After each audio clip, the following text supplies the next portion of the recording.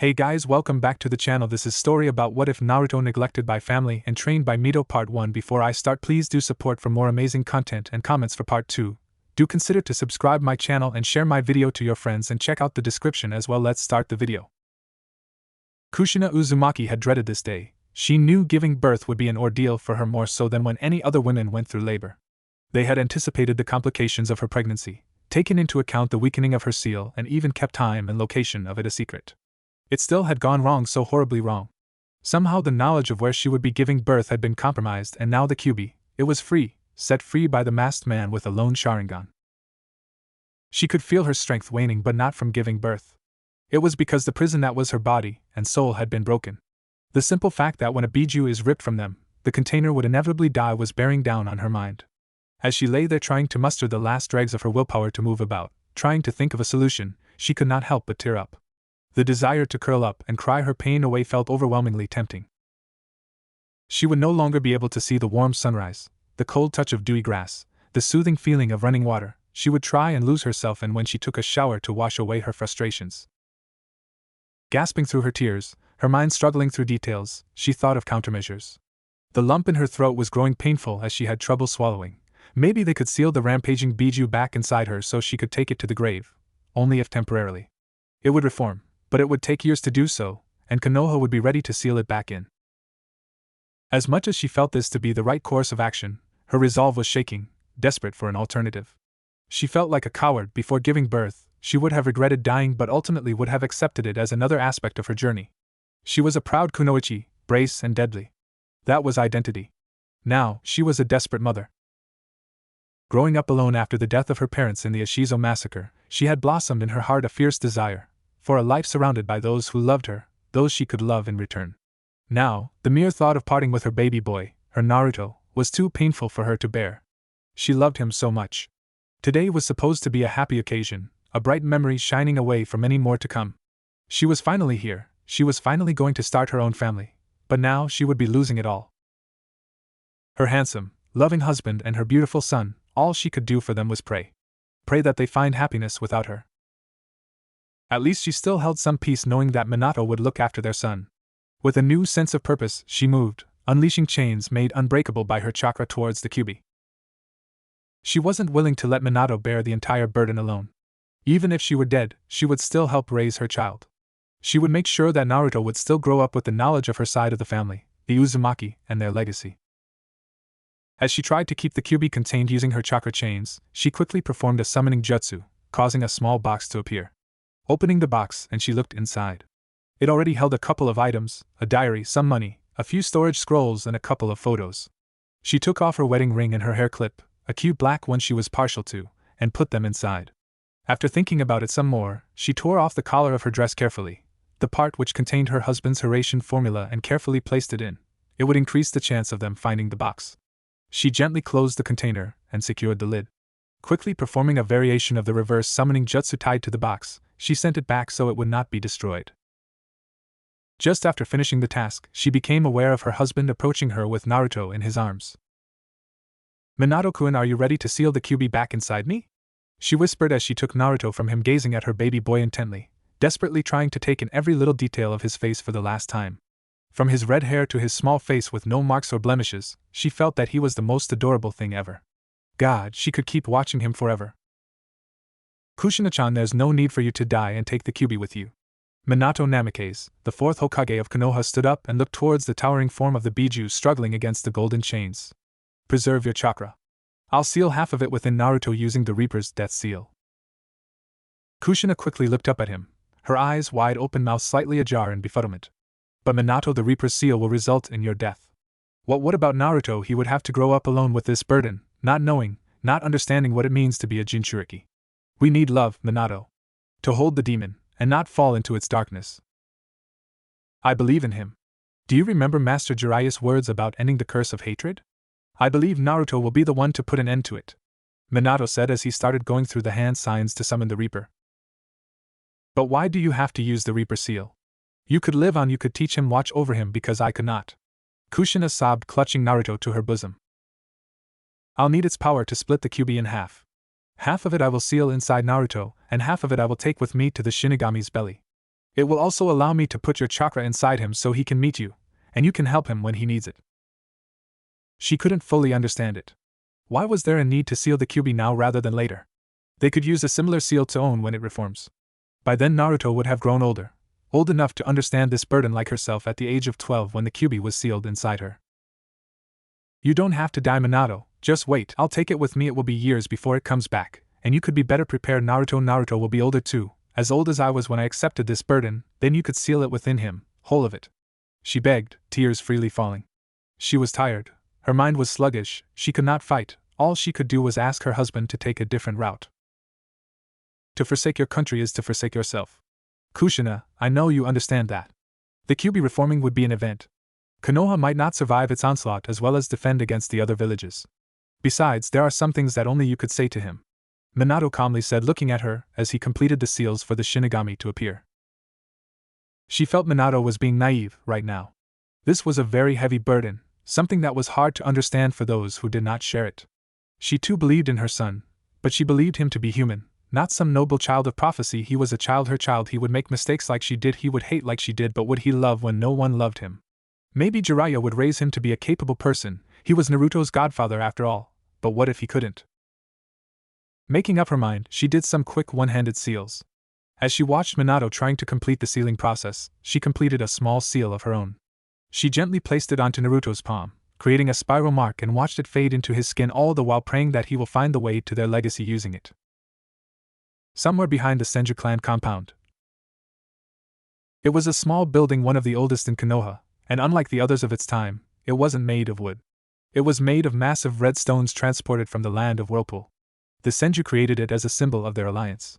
A promise that Konoha would grant a home to any Uzumaki that would come seeking shelter. Inside, only a few moments ago, a small box had reappeared suddenly in a puff of smoke. Someone inside the building was watching it curiously when suddenly the box shined once as a small seal appeared on it. Mito Uzumaki studied the seal from a distance and understood the use of it immediately. She slowly closed her eyes as her mind ran through the implications of it. Kushi-chan, please be all right, she whispered as she faded again from existence. All she could do now was preserve her essence and wait. 5 years old Naruto Uzumaki was bored. Even aimlessly wandering around the outskirts of the village had lost its charm after the 100th time. There was not much he could do honestly, as he had no friends to play with, or even someone to spend time with. He always felt his apartment to be unfeeling and small, as if in the next moment, the walls would move in and swallow him whole. The only things he owned that were distracting to him were a couple of storybooks, but he had already read through them several times. He just couldn't understand why no one would play with him, or even look at him for that matter. Everywhere he went, he would be ignored, no look of acknowledgement. Even when he bumped into someone, they would simply walk on as if nothing had happened, and he hated it. He had tried asking why and even tried shouting once, but it had no effect. The old man in the funny hat, the Hokage, he had later found out, had told him that people will understand someday and will accept him. He frankly couldn't understand what there was to accept. Did he do something wrong, or was it that something was wrong with him? He wasn't stupid, he knew there had to be a reason, so he tried to figure it out like he always did. It couldn't be because of his red hair, he thought, because he had seen several people with all kinds of different hair colors from white to pink to even purple. Granted, he hadn't seen anyone with red hair, but it shouldn't be that weird, right? Then, he thought maybe it was because of the whisker marks he had on his face, like a kitty cat, but he had seen people with different marks on their face too. It certainly couldn't be his eyes, they were violet in color. He had to look it up in his books, the one about numbers and colors. There were lots of people with weirder eyes than his. He had even seen a girl that had no black spot in the middle. Later he found out that there was a whole family of people with those gray eyes walking about. He just couldn't figure out why he was treated differently. He was just a kid, right? He had seen how the adults treated other kids even when they did something wrong. Maybe he did something so bad that they were punishing him, but he couldn't remember doing anything to anyone. As he walked, he continued looking down in front of him because if he looked up, he would see them not seeing him. Then he would feel that familiar feeling of anger and hate he always felt, trying to overwhelm him, creeping and crawling within him. He would then want to break something, lash out at someone. He hated that feeling because it only made him sadder. He had promised himself he won't get angry, he won't cry. If he behaved, maybe someone would want him, maybe. Suddenly, he felt something from his hand, a faint pulse of warmth. Naruto would have thought he had imagined it only if he didn't feel it again and again and again as he walked towards where he felt the thrum in his hand, getting quicker and quicker. He walked under some fences and through the woods, ducking and weaving through the foliage, Never did he have to turn, the path was straight. His hand was leading him somewhere. After a while, he came upon an old building behind the clan compound some ways off from their walls. He had never been here as he wasn't allowed near the clan buildings. He made his way towards the door. His hand felt a steady warmth, and as he placed it on the door, he felt a faint prickle. He was reasonably surprised when a lot of squiggly lines of writing appeared where he had touched the door. Moved by an unseen force, the door opened. The inside of the building was quite dark, but Naruto could still make out a lot of stuff. It was so cool, even if it was dusty, and maybe if he cleaned this place, he could make this place his secret hideout to bring his friends when he made some. "And who are you, little one?" Naruto heard a soft voice come from behind him, and he turned, prompting him to turn quickly and see if he needed to run. There, now in front of him, stood a woman. She had long bright red hair like his own, wound in two buns held by pins with some sort of tags attached to them, and she wore what appeared to be a crown on top of her head. Her eyes were slightly darker than his. She wore a white kimono, red lipstick, and had rhombus-shaped marking on her forehead. She was smiling kindly down at him. Seeing her smile, he calmed down a little bit and asked the first question that came into his mind rather exuberantly before he could help himself. "Are you a princess?" He had read about princesses. They often wore elaborate kimonos and crowns. They were very beautiful and kind. She had to be one. Maybe he could help her like the heroes did and be a cool shinobi. She chuckled slightly. "I might be.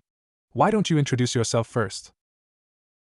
"I'm Naruto Uzumaki," he said with some hesitation after seeing that her expression didn't change much. On the contrary, she looked slightly happier. He asked tentatively, "Who are you?" Mito watched the little boy in front of her carefully. She already had a suspicion of his identity. He looked so much like Kushina it was unbelievable. Sure, she could see slight differences. Surely from his father the blonde boy Kushina had once shown her a photograph of, but those were scarce. The boy looked remarkably like Kushina when she was this young. Same pair of eyes, same hair, albeit a lot shorter, framing his chubby face, making him look like a tomato, she mused fondly, albeit with some very curious markings on his cheeks. Honestly, the child in front of her was adorable. She had watched the same exuberance and energy come onto his face that all Uzumaki children seemed to possess when he asked her if she was a princess, but felt her heart sink as she watched apprehension and dread creep into his face and voice after. She had suspected something terrible had happened to Kushina all those years ago, only for the feeling to strengthen as Kushina had failed to revisit her. "I'm Mito Uzumaki." "Yuzu Uzumaki, like me, lady? Do you know my mommy and daddy?" Naruto all but screamed at hearing the name. She had the same surname as his. Maybe she would know who his parents were, and perhaps she could help him find them wherever they were. "I'm not entirely certain, but I can help you find out. Do you know what chakra is?" "Chakra?" Naruto was very excited. If this chakra thing could help him find his family, he would learn all about it in no time. He liked to learn anyway. "I guess not." She chuckled. "It's pronounced chakra. Everybody that is alive has it, even the plant and the trees. It allows us to do many wondrous things. Like how those ninja jump really high and shoot fire from their mouths?" he asked excitedly, mimicking blowing fire with his mouth. "Correct. Now listen carefully. You might already be familiar with what chakra feels like. When you entered here, you touched the door at the front, right?" Seeing him nod, Mito continued, "So when you touched the door you might have felt a tingly warmth when writing appeared on it. That is your chakra being used to open the lock." She told him slowly so he could understand. "But if I don't know what it is, how did I use it?" Naruto scrunched his face in thought as he looked at his hand. He had felt this chakra as he had walked here, but how did he do it? She smiled a bit wider. Little Nara seemed bright. "You didn't. Did you feel it on your hand?" she asked, already suspecting the answer. Seeing him nod, she continued, "I suspect your hand has a seal on it. That seal might have drawn your chakra for you." "Wow. Wow indeed. How about we try to unlock your chakra so we can find out about your parents?" Naruto nodded enthusiastically. He was ready. Finally, he would know. "Good, now sit down on the ground with your legs crossed and close your eyes. Try not to move too much, and feel around slightly above your stomach for that tingly warmth." She instructed him softly, and watched him try to follow her words to the letter. She knew it would take some time as children were generally antsy, more so for the Uzumaki ones. Still, the Uzumaki, were usually blessed with more chakra to feel around for, so it shouldn't be impossible even if Naruto was too young. And sure enough, after an hour or two of coaxing him gently to stay still, he had succeeded, slightly quicker than she had expected. After that, they had worked in accessing his chakra so he could pour it into objects and surfaces, the most basic of chakra application. Now try and push your chakra into your hand where you felt that pulse earlier, but try and push as little as possible. There was always a concern of pushing too much or very potent chakra into a seal that would result in eroding it or damaging it. But in this case, Mito was not that concerned over it. If the seal was made by Kushina, it should remain. Uzumaki always have possessed an incredibly potent chakra that resulted in creating more enduring seals. It was one of the little things that made their seals better. Even if someone had corrosive chakra akin to a biju, it would take considerable effort to break an Uzumaki seal. Naruto gently pushed his chakra into the palm of his hand and was delighted to watch a small seal appear onto it. He looked towards the nice lady in barely restrained anticipation, waiting for her to tell him what to do next. She motioned him to follow her as they went to a side room and stopped in front of a small box. It looked to be unmoved in ages. There was an undisturbed layer of dust covering it. Put your hand on the lid on top and push your chakra as you did before, she said as she made some room for him to crouch down before the box. Naruto quickly did as he was told and heard a slight clicking noise as the box opened. He looked inside and found all sorts of little knickknacks, but his interest was quickly grabbed by the photo of a young woman in her early 20s, smiling at the camera. He quickly looked towards Mito as if to seek confirmation. She gently nodded. That is Kushina Uzumaki, my great-grandniece. Your mother, Nara-chan. Mito looked sadly at the kneeling form of Naruto as he traced the form of his mother with his little fingers, sobbing slightly. She wanted to hug him closely and comfort him, but sadly she couldn't. It just wasn't meant to be. Just the fact that she was witnessing this scene was a miracle. After what felt like ages to him, Naruto looked up to the woman. He had many questions he wanted to be answered. This was his mother. He wanted to know more about her. Where was she? Did she leave him? And so much more. But to him the most important question was, did she love me? Mito replied without pause, as if it was natural, more than anything. Naruto gulped slightly and rubbed the tears out of his eyes to calm himself. He gathered his nerves to ask the next question, something he was fearful to know the answer to. Do you know where she is? Now, this was a tough question for Mito to answer. She was reasonably certain that Kushina was not alive anymore, because if she was, come hell or high water, there was nothing in this world that would keep her away from her child unless she was physically incapable of doing so. And there was the rub: what if she was physically incapable of coming? That was highly improbable with her being a Jinchuriki, and having the Uzumaki life force within her. The Uzumaki were blessed with strong bodies by the Sage of Six Paths himself, or so the legend went. The members of their clans never became sick. If something didn't kill them within an hour, be it an injury, blood loss, or even poison, they would recover from it. That was one of the reasons the Uzumaki were so behind in medical knowledge than most clans. They simply didn't have much need for it beyond patching simple wounds or cauterizing missing limbs. There was another possibility of her being captured, and this was where she was tripping and giving Naruto a straight answer. She had a decision to make: tell Naruto that there is a chance she could be alive and probably give him false hope, or tell him she had died when she was not too sure herself. Come by tomorrow, Nara-chan, I will tell you about it tomorrow. It's getting late, everybody at home would be getting worried about you. Why can't you tell me now? No, one's waiting for me home. What do you mean that no one's waiting for you? She asked quizzically. To her, Naruto looked too young to be looking after the house by himself and be left alone this late. I live alone. Nobody cares about me. Please tell me now where my mom is. You live alone? Asked Mito, ignoring his request for the moment. How old are you, Nara-chan? She asked somewhat frantically. This was a child living alone, let alone someone bearing a clan name. There was no way he would be safe enough from kidnapping attempts. Who was taking care of him, feeding him, making sure he eats right and doesn't hurt himself? It did not matter that he comes from a family of ninjas. There was no excuse for not taking care of a child. After living for as long as she had and through multiple wars, she felt that there was certainly something about being too young. She had hated seeing children as young as 5 or 6 being sent to battlefields, and even then Naruto didn't look trained to ward off any attackers. I'm 5. I've been living alone for about a year, he said while holding his hand up, showing 5 fingers. And before that? I don't remember much, but there was this old lady who took care of me for a while and taught me to make food, read and write and other stuff. He answered her quickly. He continued heatedly, not even realizing the bite he had when asking, can you tell me now, please? She saw little red flecks of red dancing in his eyes as the boy was getting agitated, and was starting to come to a horrible conclusion, a very horrible conclusion. She had seen that happen to 2 other people. One of them was her and other was the boy's mother. Lift up your shirt and start channeling chakra through your body now, she said somewhat urgently and with a stern voice. Now normally Naruto wouldn't have done so after repeatedly being denied more answers about his mother, but seeing her now he faltered. At this moment the woman looked rather imperious. She had an air of nobility around her that made it seem as if she was used to people following her orders. Her whole demeanor demanded respect. So he hesitantly did as he was told and saw her looking rather intently at his stomach, then close her eyes as she let out a soft sigh. Deciding to look for himself, he looked down at his stomach and saw a rather large swirly seal appear. It was way bigger and much more detailed than the one on his hand. Another mystery seal on his body. He wondered if had any more of those. He could see himself covered in funny squiggly lines from head to toe, and would have laughed if the situation wasn't so serious. Okay, Naruto, I know you said that no one would be looking for you if you returned late. I don't believe that is possible. People will start searching for you if you disappeared for a long time, trust me. Go home. She gave him a stern look as it appeared he was about to interrupt her, then continued, come back tomorrow morning, and I'll answer every question you might have. Naruto looked at her for a while, then rather quietly asked, do you promise?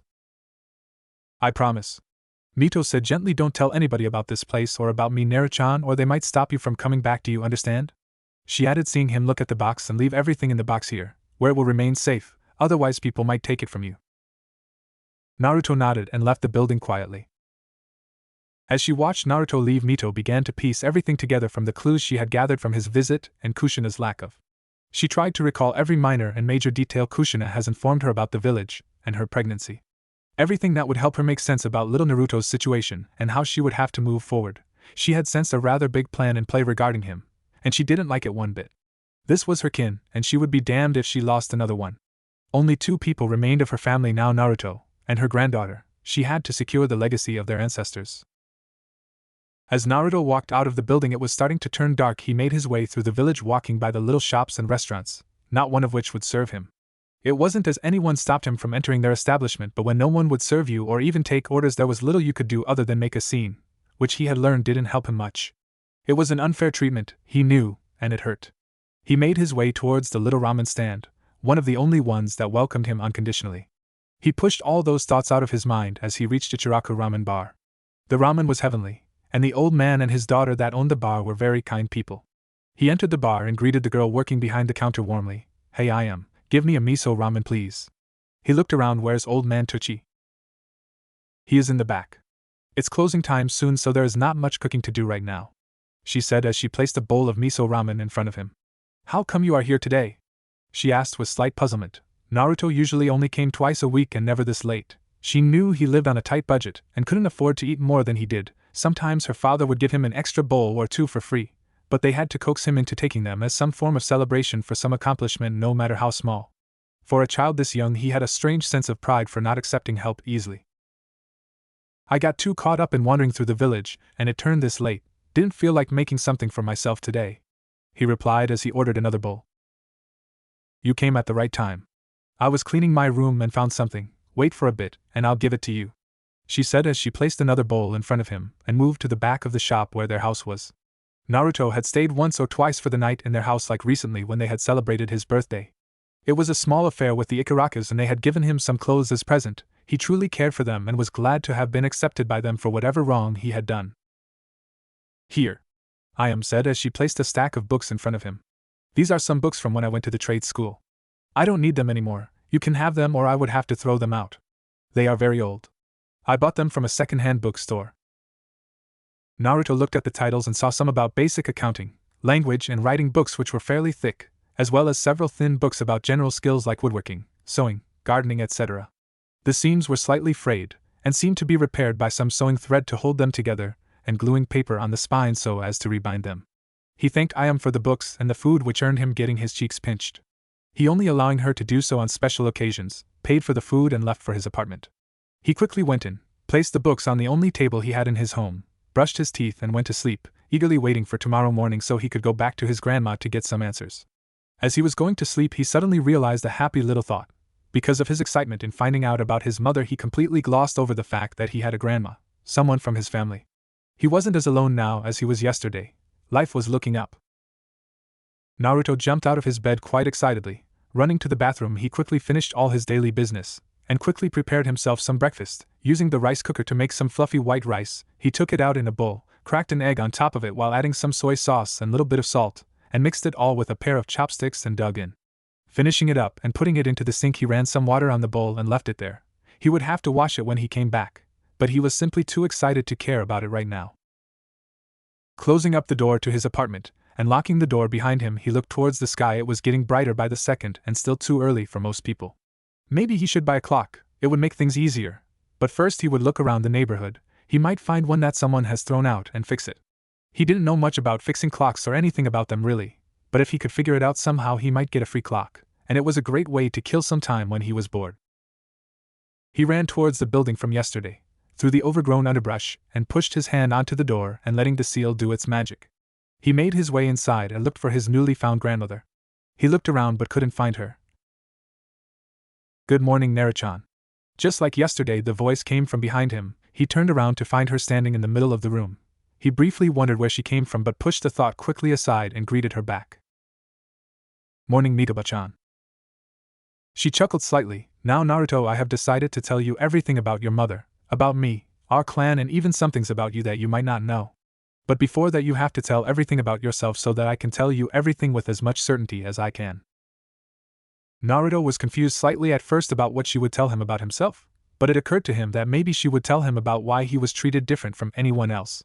So, he told her about everything about him living with an old lady for about 3 years and some odd months. Then one day the lady simply disappeared, how the Hokage would come to visit him from time to time and leave him some money every month, how he would sometimes take him for ramen every once in a while, and how everyone in the village treated him and he had no idea why. She asked him how he felt about all treatment, and after some coaxing on her part he admitted feeling a lot of anger, hate, and sadness, which he tried not to show, but sometimes all of it just felt too much.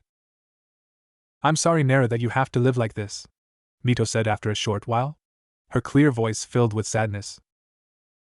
"Why are you apologizing? It's not your fault."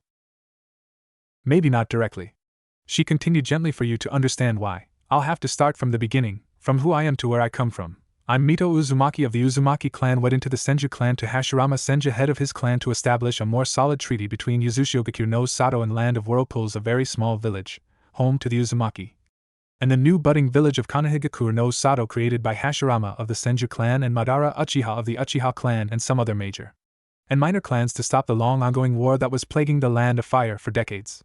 The Uzumaki clans are distantly related to the Senju, and already had a very amiable relationship with them. Yuzu was situated in the islands, and we were mainly in conflict with clans formed the Land of Water, the Yuki, Hozuki, and the Hashigaki before they established themselves as Kiri, and we were also defending ourselves from the barbarians of the Kagaya clan. We were famous for our longevity, life force, large chakra reserves, weapon making, and fuinjutsu, the art of making seals. Seeing Naruto paying close attention, she continued, happily reminiscing about their shared history. When Konoha was established, the Land of Fire came into a relatively peaceful time, and the village was gaining very significant strength very quickly, which was only natural with such strong clans as the Senju, Uchiha, Hyuga, Kurama, and other all coming under one banner. The head of the Uzumaki clan, my uncle, decided to put forth a formal treaty to strengthen the ties between the two villages so we could secure peace with the clans of Land of Water because of the threat of Konoha by our side, by giving my hand in marriage. I was married to Hashirama as the princess of the Uzumaki clan and not as the proud kunoichi of the Whirlpool I was. She paused for a while and took a deep breath. Naruto looked at her intently from his position on the floor. Somehow he could feel this was a very sensitive issue for the woman, but he couldn't help himself from asking, "You didn't want to get married?" "No, it wasn't that. I did come to love Hashirama, and after a while I was happily married.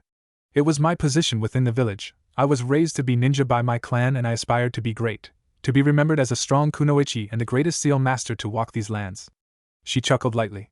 "But now here I was as the wife of the first ever Hokage, the leader of the village, and everyone suddenly seemed to forget that I was a fearsome kunoichi who had battled against the hordes of Kagaya and defended against attack from the clans of the water, that I could go toe-to-toe against the heads of these clans. I was the one who single-handedly designed the barrier that was to be put around this very village. And this barrier would provide it with the defense required to respond to outside threats." Naruto frowned and asked her in confirmation, "You couldn't be a ninja anymore?" "Sadly, no. Konoha was in relative peace, and the village had started working for the daimyo in a greater capacity than they did as individual clans. But behind the apparent peace, Madara was getting angrier with Konoha and its people." "Why, didn't he and Hashirama Jiji make Konoha together?" "They didn't make Konoha, Nara, they founded it. It was Hashirama's popularity that would become the problem. When they had thought of founding the village, Hashirama and Madara had thought of leading Konoha together, but in the eyes of the people Hashirama was always more trustworthy, and thus they were more willing to follow him than Madara. After a while it was decided by all the clans to choose Hashirama as their leader, making him the Shodaime. Even the Uchiha wanted Hashirama as their leader rather than the head of their own clan. Hashirama had objected to it at first, and was willing to give the seat to Madara, but no one else was comfortable with letting Madara lead them, as they had come to enjoy the peace after a long time of fighting. Everyone felt that Madara would just lead them to another war, as he had grown darker with the death of his brother Izuna. Madara saw this as the ultimate betrayal and left the village in rage, vowing to raze it to the ground along with his own kin. Naruto was entranced by the story at this point. He had known some of it, like the founding of the village, but listening to Mito's story that had so much detail was thrilling. Konoha continued to prosper, and seeing this other clans all over the elemental nations began coming together to create their own villages. East of Yuzukuri was formed and up north of Yuzukumo. West of Konoha Suna and Iwari were created. Everyone had become slightly agitated. As fledgling villages they were very worried about someone encroaching into their territories. About this time Hashirama had received news about Madara and decided to seek him out to bring him back to the village. We had disagreement about his decision to go after him alone. He argued that I was biased against Madara as I had always despised him because of the past where the Uzumaki had helped the Senju against Uchiha, and lost a lot of men and women against them. I had argued that he was the one who was biased. Madara may have been a good friend to Hashirama before, but he wasn't anymore. Hashirama had new responsibilities, to the village, to me, and to the family we were going to start in a few months. Family? Naruto questions, weren't they already a family? Mito smiled ruefully. Of course he wouldn't get it. I was going to have a baby. She didn't want to go in the mechanics of it. She would have to find a way to tell him about it in the future without traumatizing him. She continued on before he could ask more questions about that subject, but he was too stubborn and went on anyway. I followed after him using a locator seal I had placed on him discreetly and kept my distance from his sensory range, which thankfully was not that large. I had decided to keep my distance and had no intention of interfering because as powerful as Madara was, Hashirama was on a whole another level with his Mokuton. What's a Mokuton? Mokuton was Hashirama bloodline limit. It was entirely unique to him. Maybe someone down the generation could have awakened it, but to this day no one has. It allowed him to make and control trees. It is the strongest bloodline limit I have seen. Mito after all these years was still in awe about the great power Mokuton provided its user. Making trees don't seem strong, Naruto said as he imagined someone making a tree only to be burned to a crisp by a fireball to the face. Mokuton, she deliberated in how to describe it to Naruto so he could understand it. You have seen the forest around Konoha, correct? Well, all of it he created in an instant using his ability, but more importantly you remember how I told you that every living thing had chakra in them. Well, Mokuton created living trees. What do you think that would mean? She asked Naruto, something she used to do to all of her children and Kushina to encourage them to think and find answers with whatever information they had. It allowed them to think for themselves. She had already decided to teach Naruto everything he needed to know, so he could live a happier life even with the burden he held. Naruto scrunched his eyebrows and thought as he tried to recall whatever he could about chakra he knew from the conversation he had yesterday and the information he was given now. If he could make living trees and the living trees could make chakra, he could maybe make his own chakra quickly? Good job, but there is more to it than that. You see, plants and trees don't have the same type of chakra that we do. They possess something called nature chakra, which if you are able to harness gives far superior abilities, and these trees were part of himself. He could instinctively draw out nature energy without a hassle. Nature chakra also had the tendency to overwhelm and suppress regular chakra, and since the wood is part of him, he would use it to suppress other people's chakra. So the bloodline limit gave him the ability to strengthen himself and weaken others. Do you now understand why I consider it to be so strong? Naruto nodded. It did sound super strong all of a sudden. Madara, seeing that he was losing the fight, did something that was thought as impossible. He summoned the Kyuubi to fight for him by controlling it, an ability provided by Madara's unique Sharingan, the Uchiha bloodline. Do you know about the Kyuubi and the other Biju? This Naruto knew about, how the fourth Hokage, the greatest hero of Konoha, had defeated the nine-tailed fox in single combat and sacrificed his life to save the village. I do. The Yondaime defeated it when the Kyuubi attacked the village. I read that it was huge, easily 10 times the size of the Hokage Tower. He did, huh? She highly doubted that this Yondaime defeated the Kyuubi by himself, knowing that Kushina had to be nearby for the Kyuubi to even appear, but it would be more surprising if anyone else's contribution was even acknowledged. The Hokage needs to be the strongest, and should require no help. Do you know when that was? Yep. It's October 10th, same as my birthday. Naruto replied cheerily. These Hokage sounded very strong now that he thought about it. I see. Then you see how terrifying the thought is, of one man capable of controlling one of the strongest of the tailed beasts, something that is considered a force of nature itself, when it required a Kage to sacrifice himself to stop it. Mito continued with a serious tone, trying to instill in Naruto the gravity of the situation. But even with the Kyuubi, Madara lost the fight and escaped somehow. It was not to say that Hashirama was stronger than the Kyuubi. He very well might have been, but somehow Mokutan had this suppressing effect on the Kyuubi that just put it to sleep. But it posed a new set of problems. That Madara could somehow summon the Kyuubi, and if Hashirama was not in the village he could use it to flatten it, was very troubling. So I made a decision, something to this day I don't know if it was correct or not. I used the Uzumaki's secret sealing technique, the 8 trigram seal, to seal the Kyuubi inside of me. You see, capturing a Biju and sealing it inside someone was unheard of, and only Shikaku the wind spirit was ever been successfully sealed, and frankly at that time it wasn't even known as a Biju. It was thought to be the spirit of the desert by the people there. When Hashirama came to know about this he was worried. A single village holding something like this would only provoke aggression from the others, so he decided to use his bloodline to capture the other Biju so he could distribute it to the other villages he thought were large enough to mount an invasion against Konoha to force a non-aggression pact. Tobirama, Hashirama's brother, was not convinced about the distributing Biju to the other villages but relented later on. Time went on. We found out that the Kyuubi in me had certain effect on my psyche, that is my mind, as it was a mass of hate and malice. Sometime my behavior would become rather aggressive and destructive. I was having nightmares and sometimes it felt as if I was losing my mind. Listening up to now had Naruto very worried about her, and he couldn't help but ask, "But you were fine after, right?" Mito simply smiled gently as a way to reassure him. I had to meditate and come to peace with a lot of stuff about myself that I had disliked and refused to acknowledge before, but the love of my family and Hashirama helped me through the process. Then Hashirama died. Tobirama stepped up as the Hokage. He created a lot of facilities and infrastructure, the academy, the hospital, the police, the ANBU, to name a few. He was ambushed when he went to sign a treaty with Kumo and sacrificed himself to protect his students, and appointed one of them, Hiruzen Sarutobi, Sasuke Sarutobi's son, as the 3rd Hokage. That's Gigi. He comes to visit me sometimes. Naruto told her excitedly. He liked the old man Hokage. Mito, on the other hand, was not much of a fan of him at the moment. If her assumptions were correct, Sarutobi had made choices she was not happy with, and she had a feeling after today Naruto would not be either. She continued on with her story. With the act of aggression against the Konoha, the wars started again. I was growing old and I knew I would have to pass my burden to someone else. Sadly, Kyuubi, unlike the others of its kind, was simply too powerful and required someone with great life force and potent chakra to contain it. My children didn't inherit my potent chakra, neither did my grandkids. Hashirama's blood was too strong, it suppressed all the Uzumaki traits in them. They did inherit a vast chakra pool and control over it from him. Perfect chakra control was something an Uzumaki wouldn't be able to achieve, at least not naturally. But my children and grandchildren did, though it did require considerable effort. So your mother was sent from the Yuzu to be new vassal of the Kyuubi. She was to be trained as the Kunoichi of Konoha. She paused here, knowing that what she was going to say next would be the important bit that would be hard for him to make peace with. When a Biju is released from its host, the host dies, so I helped Kushina come to terms with how to live with the knowledge of something destructive living inside you, and the only thing holding it back is you will. Naruto had felt the change instantaneously, even if he didn't know yet. The story had changed from something fantastical to a story, to retelling of an event.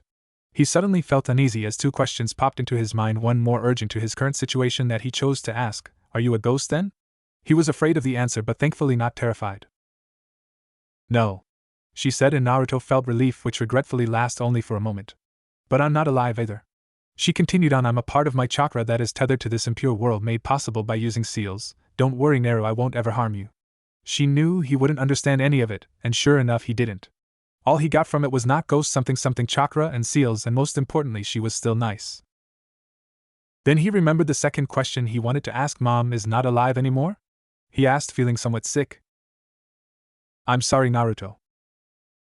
Naruto made his way to where he had left the little box. Opening it, he ignored everything and went straight for the photo he had seen yesterday. He just sat there looking at it as tears started falling from his eyes. Mito stood behind him and let him mourn. This was only the beginning, she had to remind herself. Hiruzen Sarutobi felt weary. It had been almost 14 years since he had to retake the position of Hokage after the untimely death of his successor. It had been as rocky as he had remembered it to be, and he had led Konoha through 3 wars. Sure, there had been less threats, but Konoha was significantly weaker now than it ever was, even after coming out of the long period of warring. Konoha had always boasted quality over quantity in terms of their ninja forces, but currently only he himself and Jiraiya were anyone worthy of acting as deterrents against aggression. Now he was past his prime, and as for Jiraiya, even though he was arguably the strongest of the Sannin, he was the least notorious of them, with one being a legendary medic whose efforts saved uncountable lives and the other being the worst criminal to come out of Konoha apart from Itachi Uchiha. His actions so heinous regular ninjas would be simply petrified at the thought of facing him. The current Konoha was rife with problems. The internal situation of Konoha was worsening day by day. The Hyuga and the Uchiha incident was a great blow to the village, and he felt very uneasy about them. On one hand, the Hyuga incident was a political nightmare. An ambassador that was chosen by a village to represent them was given authority by the daimyo of the land itself, and thus every one of their move was watched very carefully. Him being able to slip past the ANBU watchers and then the Hyuga guards themselves was highly suspect. Not to mention he had met almost no resistance against the patrolling ninja. As if he was aware about the routes that the patrol took, and the one person to confront him happened to be the head of the Hyuga clan, owner of an unmarked Byakugan who had a twin brother that could step in when Kumo demanded the head of the perpetrator, who according to them had murdered their loyal ninja unjustly. It reeked of a setup, and he had a suspicion it was Danzo who had a hand in this. Clan laws were one of the things he as a Hokage had no say over, and this incident was a masterful way of scoring a hit against him. He had to take the blame against the incident, costing some of the Hyuga trust. Then there was the incident with the Uchiha, which cost him further distrust amongst the people, for one of his ANBU to commit such a horrible atrocity made them question his judgment. At least this time he had nailed Danzo with the offense, though not publicly, and used his unsanctioned move to strip Root as a legal organization and make him step down from his position in the council. But it was the situation about the future that was worrying him. He wasn't as liked as a Hokage before Minato had stepped in, after these incidents and his stance against any mistreatment of Naruto, and the people who were misinformed or ignorant were wary of his policies, which sadly were a large portion of the village. He was desperately trying to find a successor for the Hokage position, but no one seemed suitable enough. Konoha had the strongest ninja in the elemental nations in every generation that were capable of turning the tides of war. That was why they never had to deploy their Jinchuriki for the war effort, something that led to the false assumption amongst the populace that the current one was the first vassal to ever exist in their village. His students were too old, and even if they were to accept the position, which seemed unlikely, they would not be in the position for too long, and anyone younger than them were not strong enough. Asuma wasn't strong enough. Guy didn't exactly command respect from those who didn't know him personally, and no one in his ANBU had feats capable of inspiring awe in the masses. He had held great hopes for Kakashi years ago, but it had been another disappointment. The Sharingan he received from his friend had crippled his potential. Before it he was developing similar to his sensei and father. Minato and Sakuma were some of the greatest shinobi Konoha had ever produced. Both S-class ninjas, without a bloodline limit, possessed everything required to be a Hokage: power, leadership, charisma, and the will of fire. It didn't seem like Kakashi would be able to gain the strength needed to be a Kage-level ninja. He was too dependent on his Sharingan, something that was not compatible with his body. At first glance he appeared to be the perfect shinobi, an elite jonin, but Kakashi was as sentimental as they come, not necessarily a bad thing. But in his guilt and sentiment he lost sight of his strengths, focusing mainly on mastering the Sharingan. He had even stopped practicing Kenjutsu after the white light chakra saber broke. Sakumo Hatake was strong not because of his saber, he was strong because he was a master swordsman. The blade only enhanced what he already was capable of, akin to how the famous general from Land of Iron Mifune, a master swordsman, had fought Hanzo of the Salamander with an ordinary katana and lived to tell the tale. He was getting increasingly worried about the future of the village. That is why he had called Jiraiya back to make some preparations. He could already feel his presence closing by the window. "How have you been, sensei?" Jiraiya said from his position from the window.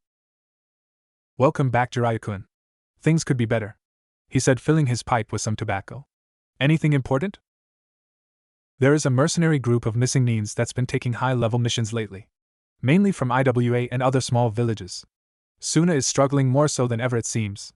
Communication with Kiri is still cut off and AIM has closed its borders.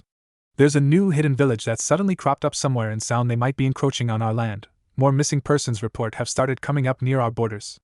Everything else is the same with some minor details. I'll inform you if there are any major changes." Jiraiya summed up the latest information he deemed more concerning.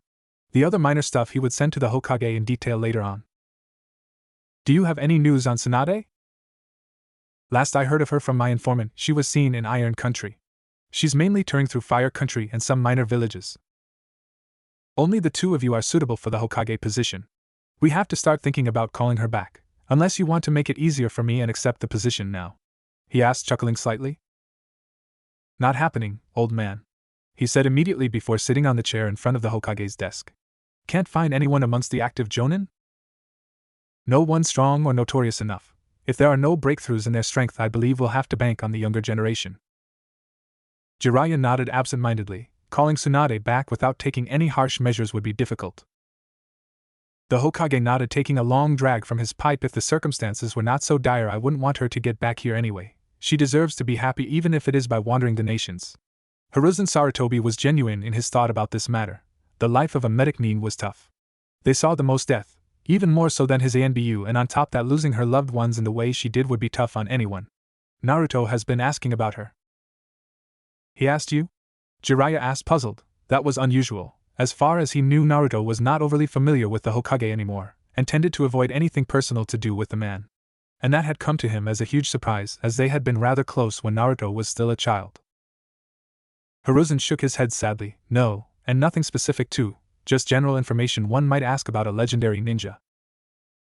Now Jiraiya was confused. So? What does that have anything to do with Tsunade? Many people idolize her. And that was true. She was the most famous kunoichi to exist, and an inspiration to every woman aspiring to be one. Strong and beautiful, she had everything, or so they thought. Do you know of how Naruto became a Chunin? Hiruzen asked, remembering the meeting that took place in the same room they were inhibiting, where they had to deliberate on the decision regarding his promotion. Hiruzen was deep in discussion with his advisors Hamura and Koharu, the Konoha Council, the subject being Naruto Uzumaki's Chunin promotion. He shows enough skill in ninjutsu and taijutsu, has adequate skills in detecting genjutsu, some proficiency with water manipulation, but what is impressive is that he shows near mastery in kenjutsu and fuinjutsu. He also shows good leadership skills and tactical thinking from the missions we sent him for evaluation. He said, looking through the various reports, confirmed kills and recommendations from superior officers the boy went on missions with. Indeed, he is strong enough to be a Chunin. Maybe a bit too strong, Hamura said, though Hiruzen could clearly hear the accusation in his voice. It was something even he was wary of. Not that Naruto was strong, no, that was perfectly fine. It was even good that he was showing incredible growth and was already being considered for a promotion 8 months out of the academy at an age of 11, nearing 12. It didn't seem too impressive in comparison to the renowned prodigies who had graduated within a few months after entering the academy, and had made Chunin by the age of 6 and 10 like Kakashi and Itachi respectively, but they were fringe cases and product of their time and environment. There was now a requirement for the students to attend a minimum of 4 years at the academy, and only under special cases were they allowed to enter in a year or two early. Naruto graduated from the academy as Rookie of the Year. That wasn't too surprising. Every year a new prodigy was somehow produced by the academy, if the teachers were to be believed, like the new Hyuga prodigy, who was on his way to become the Rookie this year, and Sasuke Uchiha, the last of his clan, already being hailed as a prodigy in the 2nd year of his schooling. From Naruto's academy records it looked like he would have lost the title to Neji if they were in the same year, which would have been the case had Naruto not entered the academy a year early. No, what was impressive were the skills he had seemingly developed in 8 months after his graduation. Skills that his Jonin sensei was not proficient in, skills the Uzumaki were known for, absurd level of water manipulation, kenjutsu, and sealing. He believed Naruto had learned these skills in the Uzumaki shrine behind the Senju compound, but they could never know for sure, unless Naruto himself came forward to tell them about it. Clan secrets were something that even he himself, as the Hokage, was not privy of, unless not one member of the clan was living in the village. They could make the claim that these secrets somehow put the village's or other clans' security at risk, allowing them to look into it, but that would be highly difficult to achieve unless they make the ludicrous claim that these techniques were created by Naruto himself, and quite recently, and had not existed for a long time beforehand. There is no such thing as too strong. Hamura, the boy is loyal and has quite close connections to 2 families living in Konoha, a civilian and a shinobi one of which is a family whose clan head is an expert in information gathering and psychology. Inoichi assured us that he is stable, a bit bitter maybe, but nothing too serious that would call in question his loyalty. Hiruzen looked through the psych evaluations Inoichi provided. What's his sensei's opinion of him? Shikaka says that he is a very competent shinobi, but believes all the growth we are seeing is not recent. Some of it he already might have accomplished when he was in the academy, Koharu said, looking through the reports. Makes sense, they don't evaluate weapon proficiencies apart from shuriken jutsu, and there is no one available to teach children sealing or appraise a student's skill level on rare subjects. He pulsed his chakra in small bursts, the action alerting the ANBU station to allow his secretary to enter. Let's call him in and see what he has to say for himself. He signaled his secretary to send for Naruto. Shikaku also states in his report that the boy should be promoted so he could take higher-leveled missions or more specialized ones. He also stated that the Genin team won't survive any promotion. They work well enough, but there is no real need to keep them together. It might even be detrimental to their mission success when they go on tougher ones.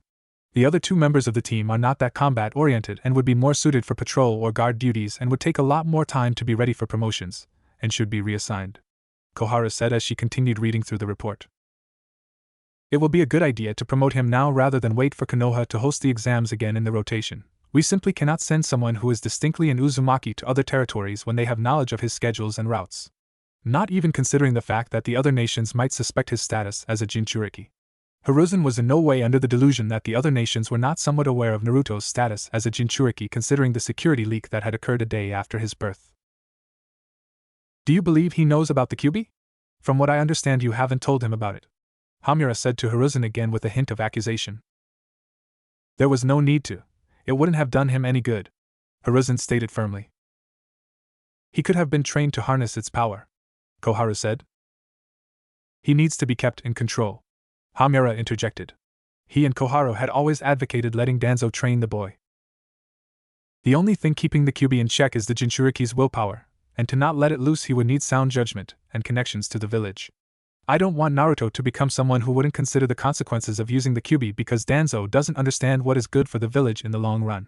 He has already weakened the village by getting a large number of strong shinobi and kunoichi massacred because he jumped the gun, and now we are short on manpower, something that would take us decades to recover from, if we could ever recover from it all because of your small-mindedness.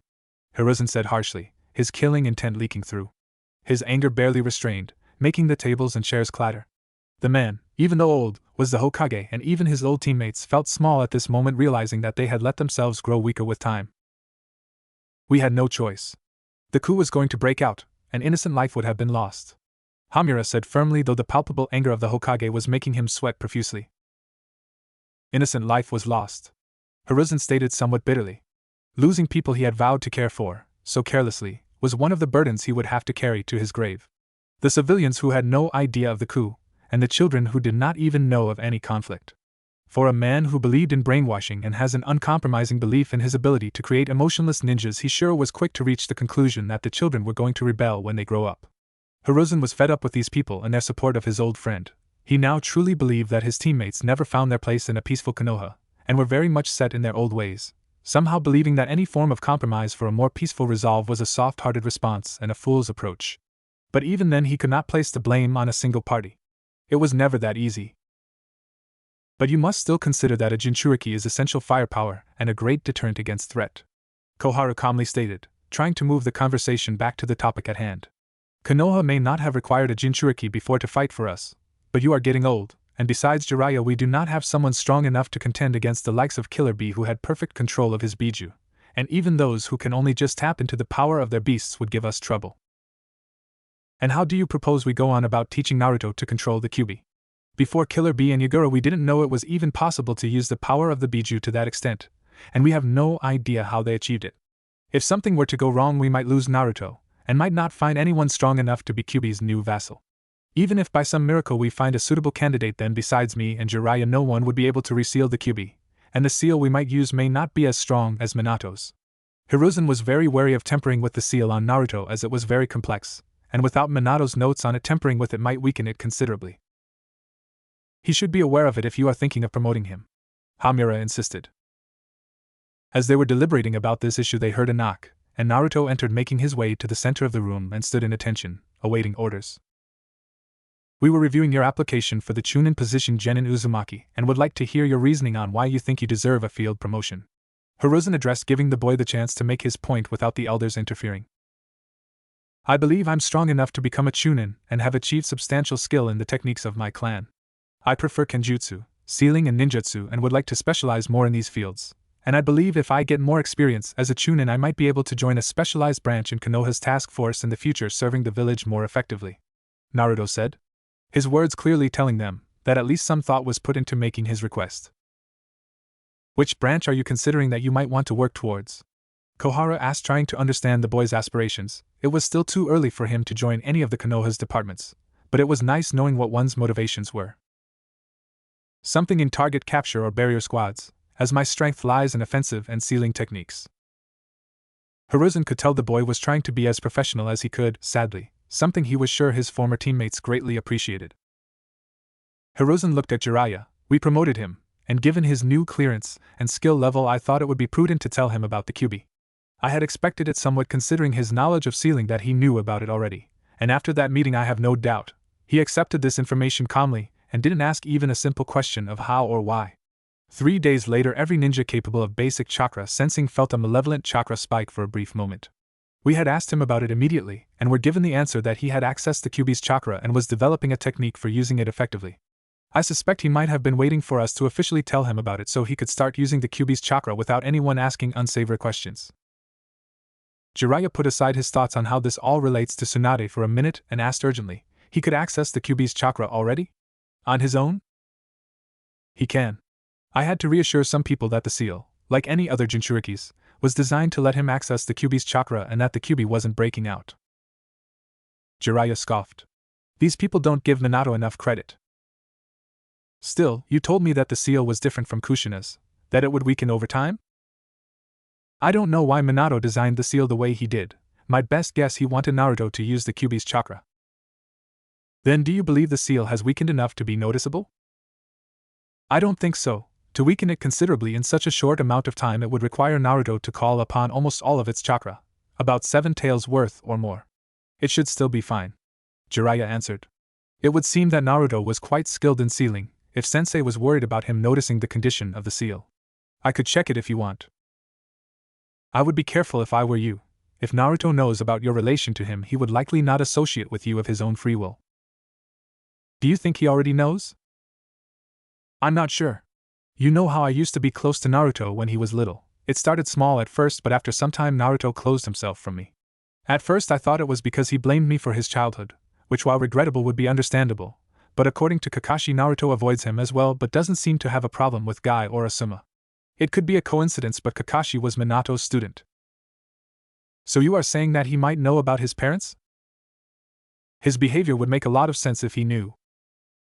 A security leak? Or do you believe he was told by someone? Not many know about it. It could be Danzo but Naruto is too high profile for him to turn into one of his drones without my permission. He could still have tried to use the information to gain his trust one suppose.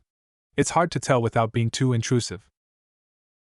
So you are telling me that our Jinchuriki could be loyal to someone else other than his Hokage? He already isn't loyal to me than the bare minimum, and apart from the few he doesn't have too many connections to the village. That is why I believe it's necessary to bring back Tsunade. I still don't understand what this has to do with Tsunade. Lady Mito, Tsunade's grandmother, was Kushina's grandaunt. She was the older sister of Kushina's grandfather, and Kushina's only family in Konoha. They were very close. Tsunade and Naruto, even though distantly, are related. Naruto might know of this, that's why he might be asking around about her, the only member of his family that is still living. It could work, but then he should be asking about me too, right? If you believe he knows about his parents. He might only know about you being Minato's master and not about you being his godfather. Or he might think that you knew about him and still chose not to be there for him. But I had no choice in that matter. Jiraiya exclaimed angrily. You don't have to explain it to me, Jiraiya. You have to believe it yourself, and come to terms with it. Hiruzen stated calmly. Even after all these years he still felt like he had lots to teach his students, but maybe that was how it was meant to be. Jiraiya sat there silently, and tried to rationalize the choice he had made all those years ago to himself. It could have been dangerous to take Naruto with him, but maybe he could have taken him to Mount Myoboku if things got hairy? That didn't feel like a good place to raise a child. No, he couldn't have taken Naruto with himself.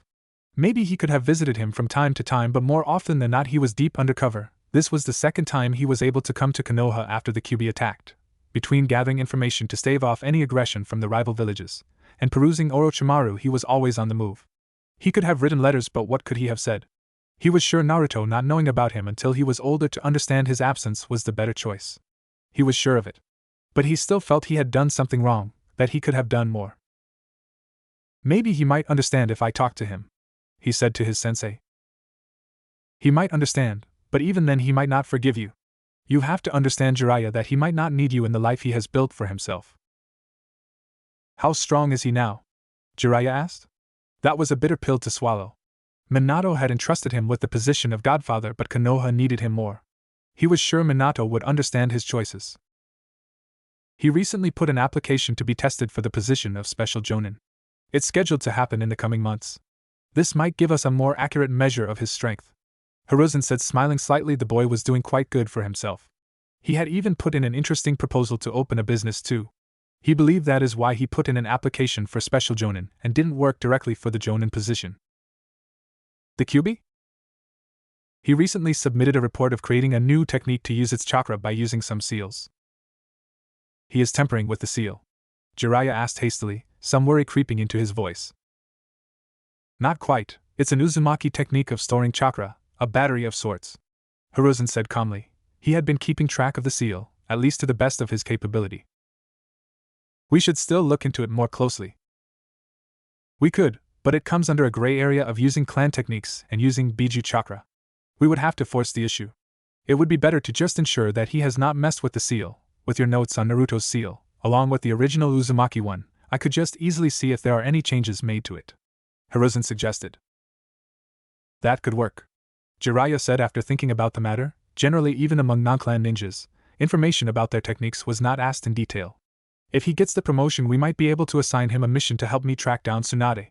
It could help me figure out more about him, and he won't be too resentful seeing that he himself wants to find her. We'll just have to wait and see. Hiruzen said before he turned towards the paperwork on his desk, the top report detailing the lists of academy students going to take the exams the following month. It was an interesting year as the class contained almost all the heirs and heiress to the major clans of Konoha, a very promising bunch. It was one piece of document he didn't mind reading carefully. Ino Yamanaka was ready to graduate. Having to wake up so early in the morning always put her in a grumpy mood. It was only a week to the graduation date, she reminded herself. Then she would be a badass kunoichi who wouldn't need to wake up so damn early. She was kind of bummed out that her father wasn't going to be there to celebrate her graduation. He was called into a mission, that's why if she passed, which she had no doubt about, they would be celebrating the occasion a bit later with the Nara and the Akimichi family. The old Ino Shikacho team was very famous for their teamwork, and even after all these years they sometimes still worked together. She was skeptical about Shikamura passing, but she hoped for the best, for his sake, or his mother would surely be on a warpath. She did her morning routine, tied her hair into a short ponytail reaching about her shoulder, maybe she should grow it out like all the other girls in her class, and wore her favorite purple battle dress. She made her way to the kitchen for some breakfast, and upon entering she was surprised at first. The emotion was quickly followed by elation, then instantly her mood soured. The source of her sudden mood change was sitting at the dining table stuffing his face with buttered toast like he hadn't done anything wrong. There on the chair sat Naruto Uzumaki, her childhood friend, wearing his regular outfit consisting of black shinobi pants, a dark orange haori with designs of black waves going through it, and the symbol of his clan printed on his back, over a black t-shirt and a pair of black shinobi sandals. His haori was usually tied to his waist by his forehead protector, but not today apparently. For the first time in years he was wearing his forehead protector on his forehead, which was highly suspect. But she wasn't going to ask him about it. No, for her sanity's sake she was going to ignore the idiot today. The aforementioned idiot looked up, grabbed another toast, and said, "Made it out of the bed sheets, Ino. Yum-san just went out, but there's some breakfast out for you." She, as promised, summarily ignored him and sat down, trying to quash her anger, rather vainly, and started buttering her own toast and laying them on her plate and peeling some fruits. She really didn't have the stomach for eating something heavy in the morning. She looked to her plate to grab a toast only to find the small pile she had created had somehow diminished considerably. Suspecting the only person beside her, she looked towards him, and sure enough he was eating another toast and somehow had acquired a piece of the apple she had just peeled, and she saw red. The culmination of these events is what Ino's mother Yamanaka had just walked in on. Her young daughter biting into Naruto's arm, and him trying to shake her off, all the while yelping in pain. "I know, what are you doing to Naruto-kun?" she said sternly, her tone instantly making Ino let go. She turned towards Naruto and asked gently, "Are you okay, dear? You aren't hurt, are you?" "No, I'm fine, Yum-san. You shouldn't be upset with Ino, it was my fault I took a slice of her apple," Naruto said, trying hard to show shame and regret. Looking at Naruto, who at the moment looked like the perfect picture of self-pity, she turned towards her daughter and sent a glare. Her message clear. Apologize now. But Ino stared at her firmly, not budging from her stance. She sighed. Usually Ino would have backed down and done as she was asked, but today it seemed she was determined to be angry at the boy. She honestly couldn't say that she didn't understand Ino's anger. Naruto had disappeared for more than a month now, without even telling them anything about it, and they had been very worried about his safety. She herself had scolded him this morning about worrying them needlessly, but ultimately her relief over his well-being had won out against her anger, and she had already forgiven him for it. Ino, on the other hand, was far more stubborn, and knowing her, Naruto would have to jump through some hoops to get her to forgive him. She could already see Ino was starting to get irritated as Naruto tried to make small talk with her. Ino was doing her best not to explode at the moment, trying very hard not to lash out at the redhead while in front of her mother.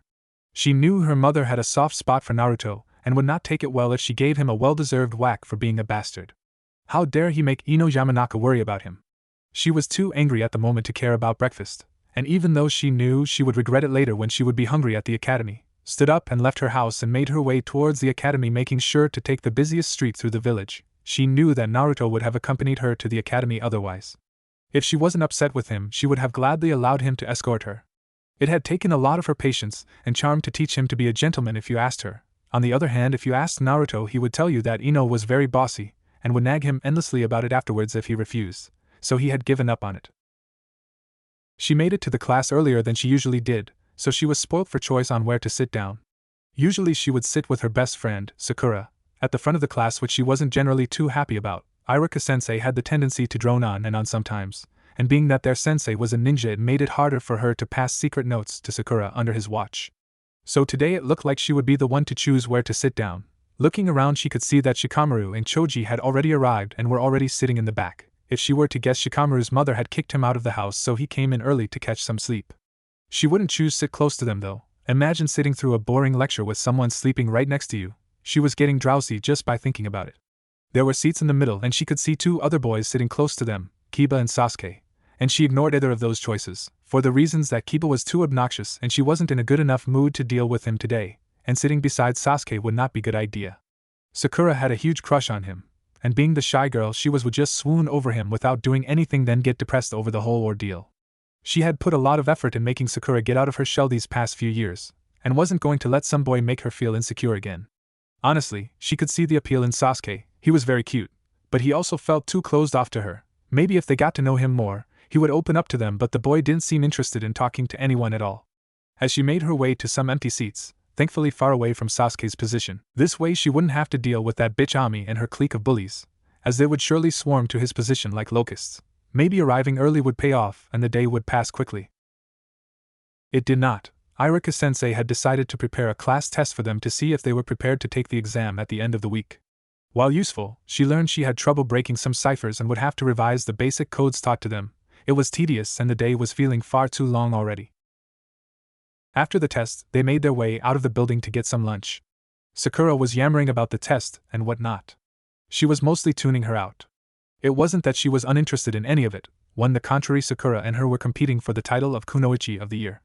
It was just that she was very hungry. Her dinner had been rather light too, not to mention her lack of breakfast, and she was contemplating going out to the stores near the academy to buy something to eat even though she was on a tight budget. The shopping spree she had gone on this month might not have been such a good idea. Another reason, she wanted to graduate quickly so she could earn lots of money by going on missions. She was still agonizing on her decision while walking when she felt someone appear in her front of her with a flicker, and she frowned. Sakura had stopped talking, seeing the boy standing in front of them smiling brightly, and looked towards Ino, who simply walked past him. Naruto could feel the anger rolling off of Ino and the confusion coming from the other girl by her side. She had a curious shade of pink hair. It looked awesome in his opinion. It was just a lighter shade of red after all. Both of their emotions were understandable, so he simply said to them, "I brought you lunch, Ino." Well, more like he had asked Yum-sen to pack some food for Ino, and after taking care of some business, he had come to deliver it to her and start making amends. It had been his fault for disappearing, but in his defense he had made a breakthrough in his technique, and the application of the seals required for it needed extensive preparations. Then his approval for a commercial permit had also come through, and he had to secure the channels for material supply. That had taken him a whole lot of effort. Seeing that Ino only stopped for a second and then continued walking on, he played his ace. "You don't want it? Well, I guess I'll go then. I had some pretty big news, 2 of them in fact, and you were going to be the first one to know about it too." He sighed somewhat dramatically and slowly turned to walk away. Humph. That was all he heard before Ino walked up to him, holding Sakura by her wrist, snatched the lunchbox from his hand and stood in front of him. She raised her delicately manicured eyebrow when she saw him just standing there. Naruto shook his head fondly before placing a hand on both of their shoulders and flickered them to a more secluded area, away from the academy watchers, to a training ground near the academy, one of the few that was open to the students. It was one of the specifically designed ones, with a running course, targets for practice, trees, and even a small pond.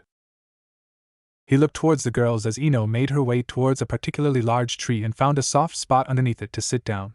Sakura trailed behind her somewhat hesitantly and opened her own lunchbox. He could feel that she was wary of him, and he had to suppress the anger he could feel bubbling inside him, something he had to train in extensively over the years, otherwise he would have been without company. The thought of it was something he could always feel looming in the back of his head.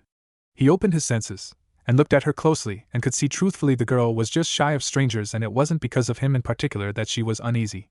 He smiled at the thought of being nobody in particular, and he already made up his mind to see if he could befriend her. "Hello, I'm Naruto Uzumaki, Ino's friend," he said cheerily, extending his hand. "Sakura Haruno," she said somewhat shyly as she shook his hand. "Ino told me about you." "Really now?" Naruto said, looking towards Ino. "Good things, I hope," he said in a teasing voice. "She told me you graduated 2 years ago, and that you are a chunin," Sakura said hastily. She could tell Ino was getting angry, and she wasn't going to tell him about all she had been told. It was between her and Ino. "Yup, I joined the academy a year early, and as for being a chunin, if all goes well I won't be one for long," he said cryptically, and knowing Ino he had dangled the perfect bait, sure enough. "What does that mean?" Ino said, talking for the first time today. Something that had been seriously worrying Sakura for a while.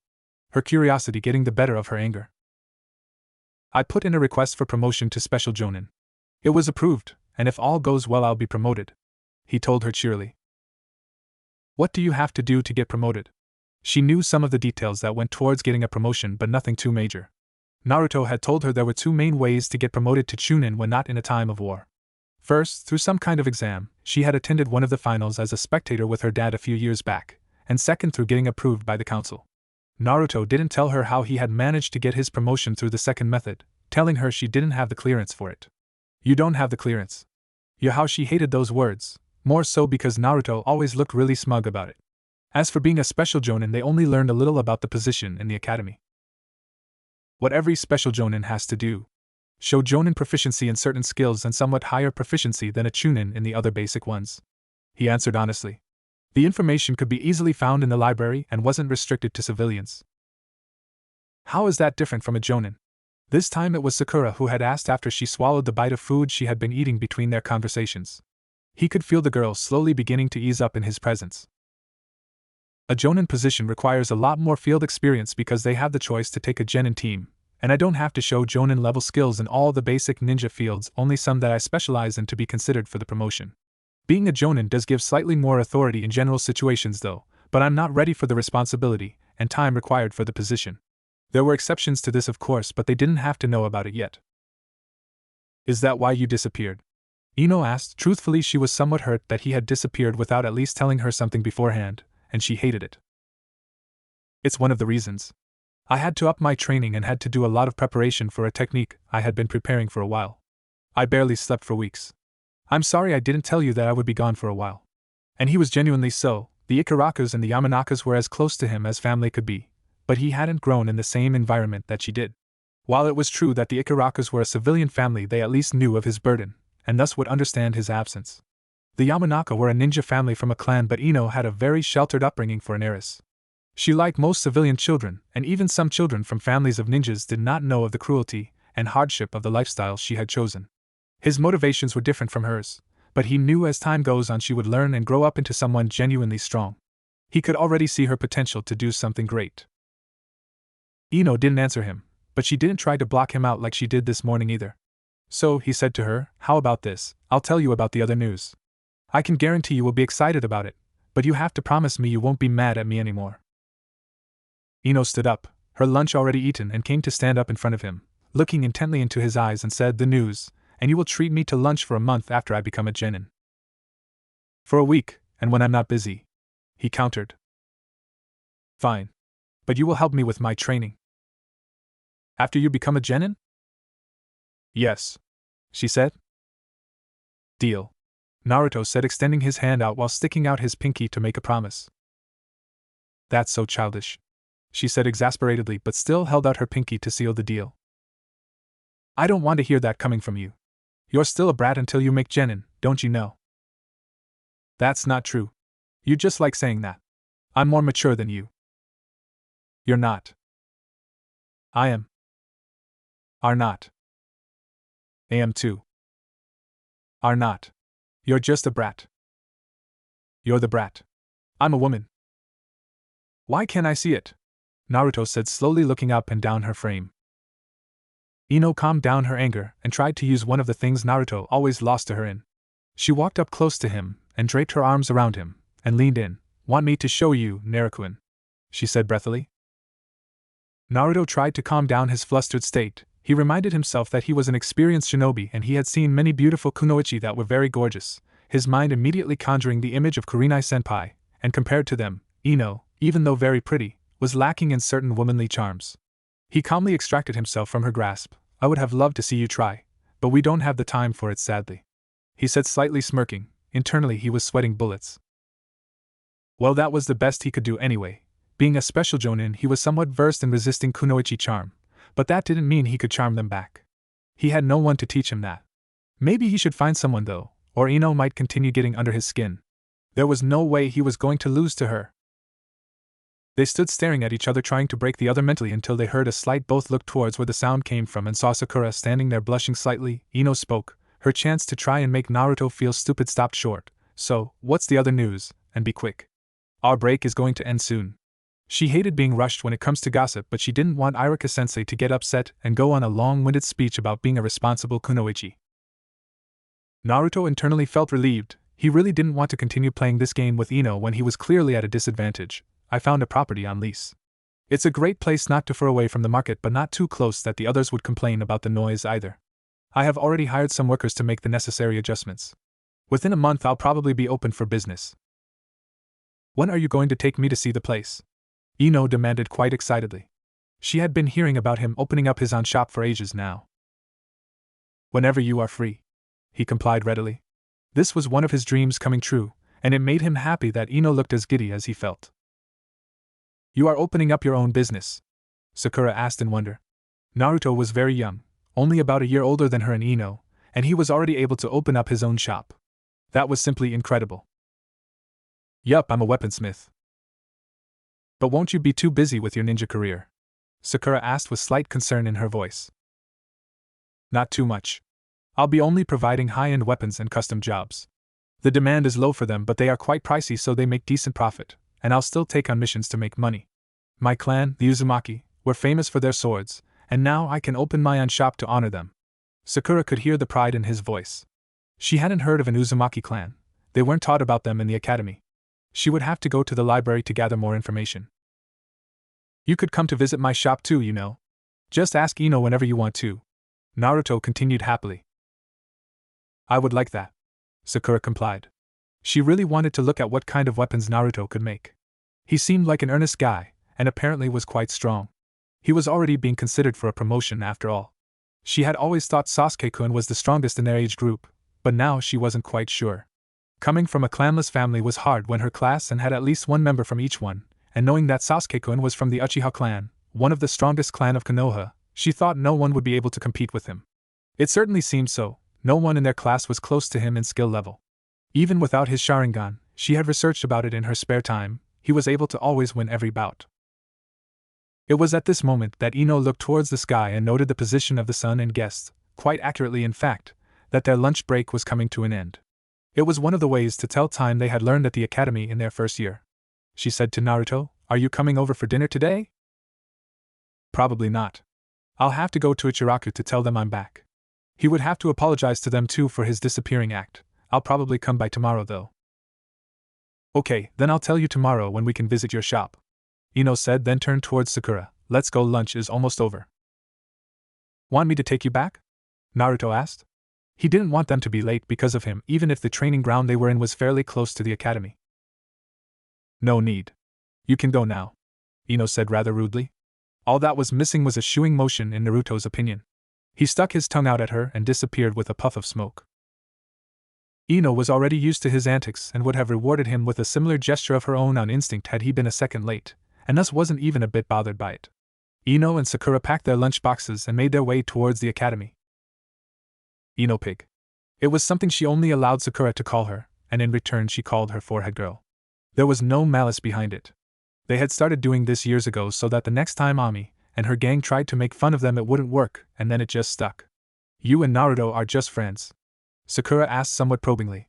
She had always wondered why Ino didn't pursue Sasuke-kun like every girl in their class. Maybe Naruto was the reason.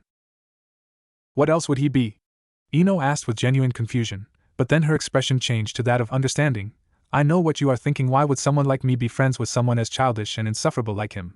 But I have known him for a long time, and he isn't that bad, you know, Ino said, like she was apologetic about the meeting. Sakura wasn't thinking that at all. Naruto didn't seem all that insufferable, on the contrary, he was very pleasant to talk to, very easygoing in fact. As for being childish, Ino was in no position to call him that. Maybe she was looking into it too much, and they were just friends because sometimes she and Ino also acted like that towards each other. They entered the academy with some time to spare and made it into their class. The end of the week couldn't come fast enough for both of them. Naruto flickered just outside of the training ground, leaving behind Ino and her friend Sakura. Now that he was free, he wondered what to do apart from going to Ichiraku in the evening. He had nothing too important to do at the moment. He had about 6 hours to kill. His options were restricted because while he couldn't feel them as strongly as most people, he knew he was being kept under surveillance. By whom he wasn't quite sure. But their presence felt eerily similar to his old teammate, Yoji Aburame. Yoji wasn't strong or that skilled apart from his clan abilities, unremarkable in many ways, but Naruto could feel that something was wrong with him. Even for an Aburame, his emotions were far too subdued, though if he hadn't felt something similar from several other people in the village, he would have dismissed it. Sadly, Naruto didn't have enough skills in stealth and infiltration to even think about accessing his file. He was too high-profiled inside the village for those skills to even matter. Those files were off-limits to people below the rank of Jonin. But it wasn't going to be a problem for long. After his promotion, he would be able to look into it. Until then, he had to make it seem like he was unaware of his watchers' eyes. They were masking their chakra very skillfully, and even with something like the Byakugan, their presence would not appear as more than that of a civilian unless someone decided to look very closely. And why would anyone do that inside their own village? Still, it was beginning to annoy him, as he couldn't do a lot of stuff that was supposed to be secret. And until he was sure that it wasn't the Hokage who had given the orders to watch over him, he couldn't do anything to them other than hold out on as much information about himself as possible. He decided on the bar, the most famous one in Konoha, at least amongst the shinobi, as it only served those who were in active duty.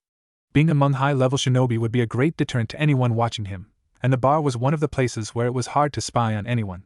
It was made sure of it by the station Umbu who guarded the establishment so that no foreign ninja or civilian could gain access to some sensitive information because someone was drunk enough to spill their guts. He made his way to the bar by ducking through less populated streets, avoiding the more traveled ones. Rather than seeming to avoid the crowds, Naruto preferred to believe he was only taking a more scenic route, even though all the scenery around Konoha was the same, of trees and forests. The occasional glimpse of a lake or river made him happy. Arriving at the front of the bar, Naruto extended his sense to find out if the people he was looking for were there or not. He couldn't find Izumo or Kotetsu, fun people, both of them he had spent time with while he was on gate guard duty. But he did feel some others he knew who would appreciate his company. It was unusual for all of them to be free at the same time and not be on a mission. He was going to make his way inside until he felt a sense of suffocating guilt overwhelm him, and he quickly detached his own self from that crushing emotion. He cursed his own stupidity to overlook the possibility that Kakashi wouldn't be there as well. He should have been more cautious. Now, he had to deliberate if he should go in or not. Being in proximity to Kakashi was an ordeal, not to mention that whenever Kakashi saw him, his feelings would grow more intense, and frankly, he was tired of it. Why couldn't Kakashi just forget he existed? Naruto didn't need him, and whatever guilt Kakashi felt towards him or his situation, Naruto didn't want to be a part of it. This was one of the reasons Naruto had yet to visit his mother's grave, his father's too, he supposed. Kakashi was always hounding the place. Well, the other reason was far more important. He didn't want anyone else to know that he was aware of his lineage, but sometimes he could feel himself giving it to the temptation of it, to go and pay his respect. Kakashi's presence always deterred him. Should he be grateful to Kakashi or not? He couldn't make up his mind on that matter. He supposed his life was complicated like that. Naruto was struggling with the decision but decided to go in anyway. He didn't know how long he could avoid being in Kakashi's presence with his upcoming promotion. It would be hard to, and he had run away from this problem for long enough. He made his way directly towards his destination, and as expected, like he had known all along, his presence inside the building produced an unnoticeable shift in the atmosphere. If he didn't have the ability to sense emotions, negative emotions, he reminded himself bitterly, he wouldn't have noticed. Some of the many jovial patrons of the bar had a sudden undertone of mistrust and wariness mixed amongst their drunken haziness. He made his way towards the table that had 6 people already occupying it: Guy, Asuma, Kurenai, Genma, Rado, and lastly Kakashi. Pulling up a chair from a nearby table, he greeted them. "How's everyone doing?" "I'm doing absolutely fine this youthful morning, Naruto-kun," Guy said boisterously, though that was nothing unusual for him. Naruto liked Guy. There wasn't an ounce of deception inside of him. Often enough, Naruto would have to feel people's disgust towards him, disguised deep within a cheerful veneer, but thankfully not with Guy. Even though he couldn't sense the positive feelings of people, he knew Guy considered him to be a fellow shinobi, if not, dare he say the word, friend.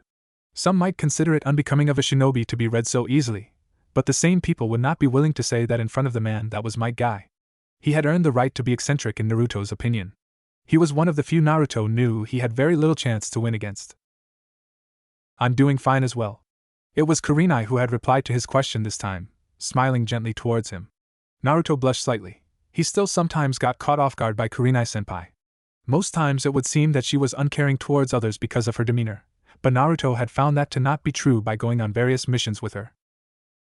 Seeing his reaction, Asuma chuckled, to which Naruto replied to him in a whisper while lacing his voice with chakra to dampen the sound, a simple trick to prevent people from listening in. If only I was slightly older, Asuma, you wouldn't stand a chance. Count yourself lucky. He knew Asuma understood what he meant by that statement. Asuma, the cool bastard he was, only chuckled more heartily. And to Naruto, Asuma was cool, well cooler than his peers anyway. Naruto knew he couldn't take on smoking. He had promised Bachan and had read through his mother's diary enough times to know she would pummel him to the ground if he even entertained the idea of it. The others also gave similar responses to Guy's and Kurenai's. Naruto, nodding to their response, signaled the bartender to provide him with lemonade. He had leeway to drink alcohol at least, but only after he turned 16, and even then in moderation. Knowing afterlife existed, he didn't want to take chances with not keeping his promise to watch out for the traps of gambling, alcohol, and women, the most prominent of the shinobi vices as his mother called them. While waiting for his drink, he asked the others, "How come all of you are here? Is there a shortage of missions?" He was genuinely curious. These were one of the elites and well-known members of Konoha, and the clients generally asked for them specially, to fulfill their requests. "We are on reserve for the moment unless an emergency comes by. The academy graduation exams are going to take place by the end of the week, and all of us are going to take on genin teams," Kurenai said. She was quite excited by the prospect of teaching again. The situation with her last student, Yakumo, was one of her greater failures, and she was rearing to do a better job this time around. It was her first time testing the teams on the account that it had been less than a year she had made a fully fledged jonin. "And my team just completed a mission, a C-rank protection detail yesterday, so I've given them some time off," Guy said with pride in his voice.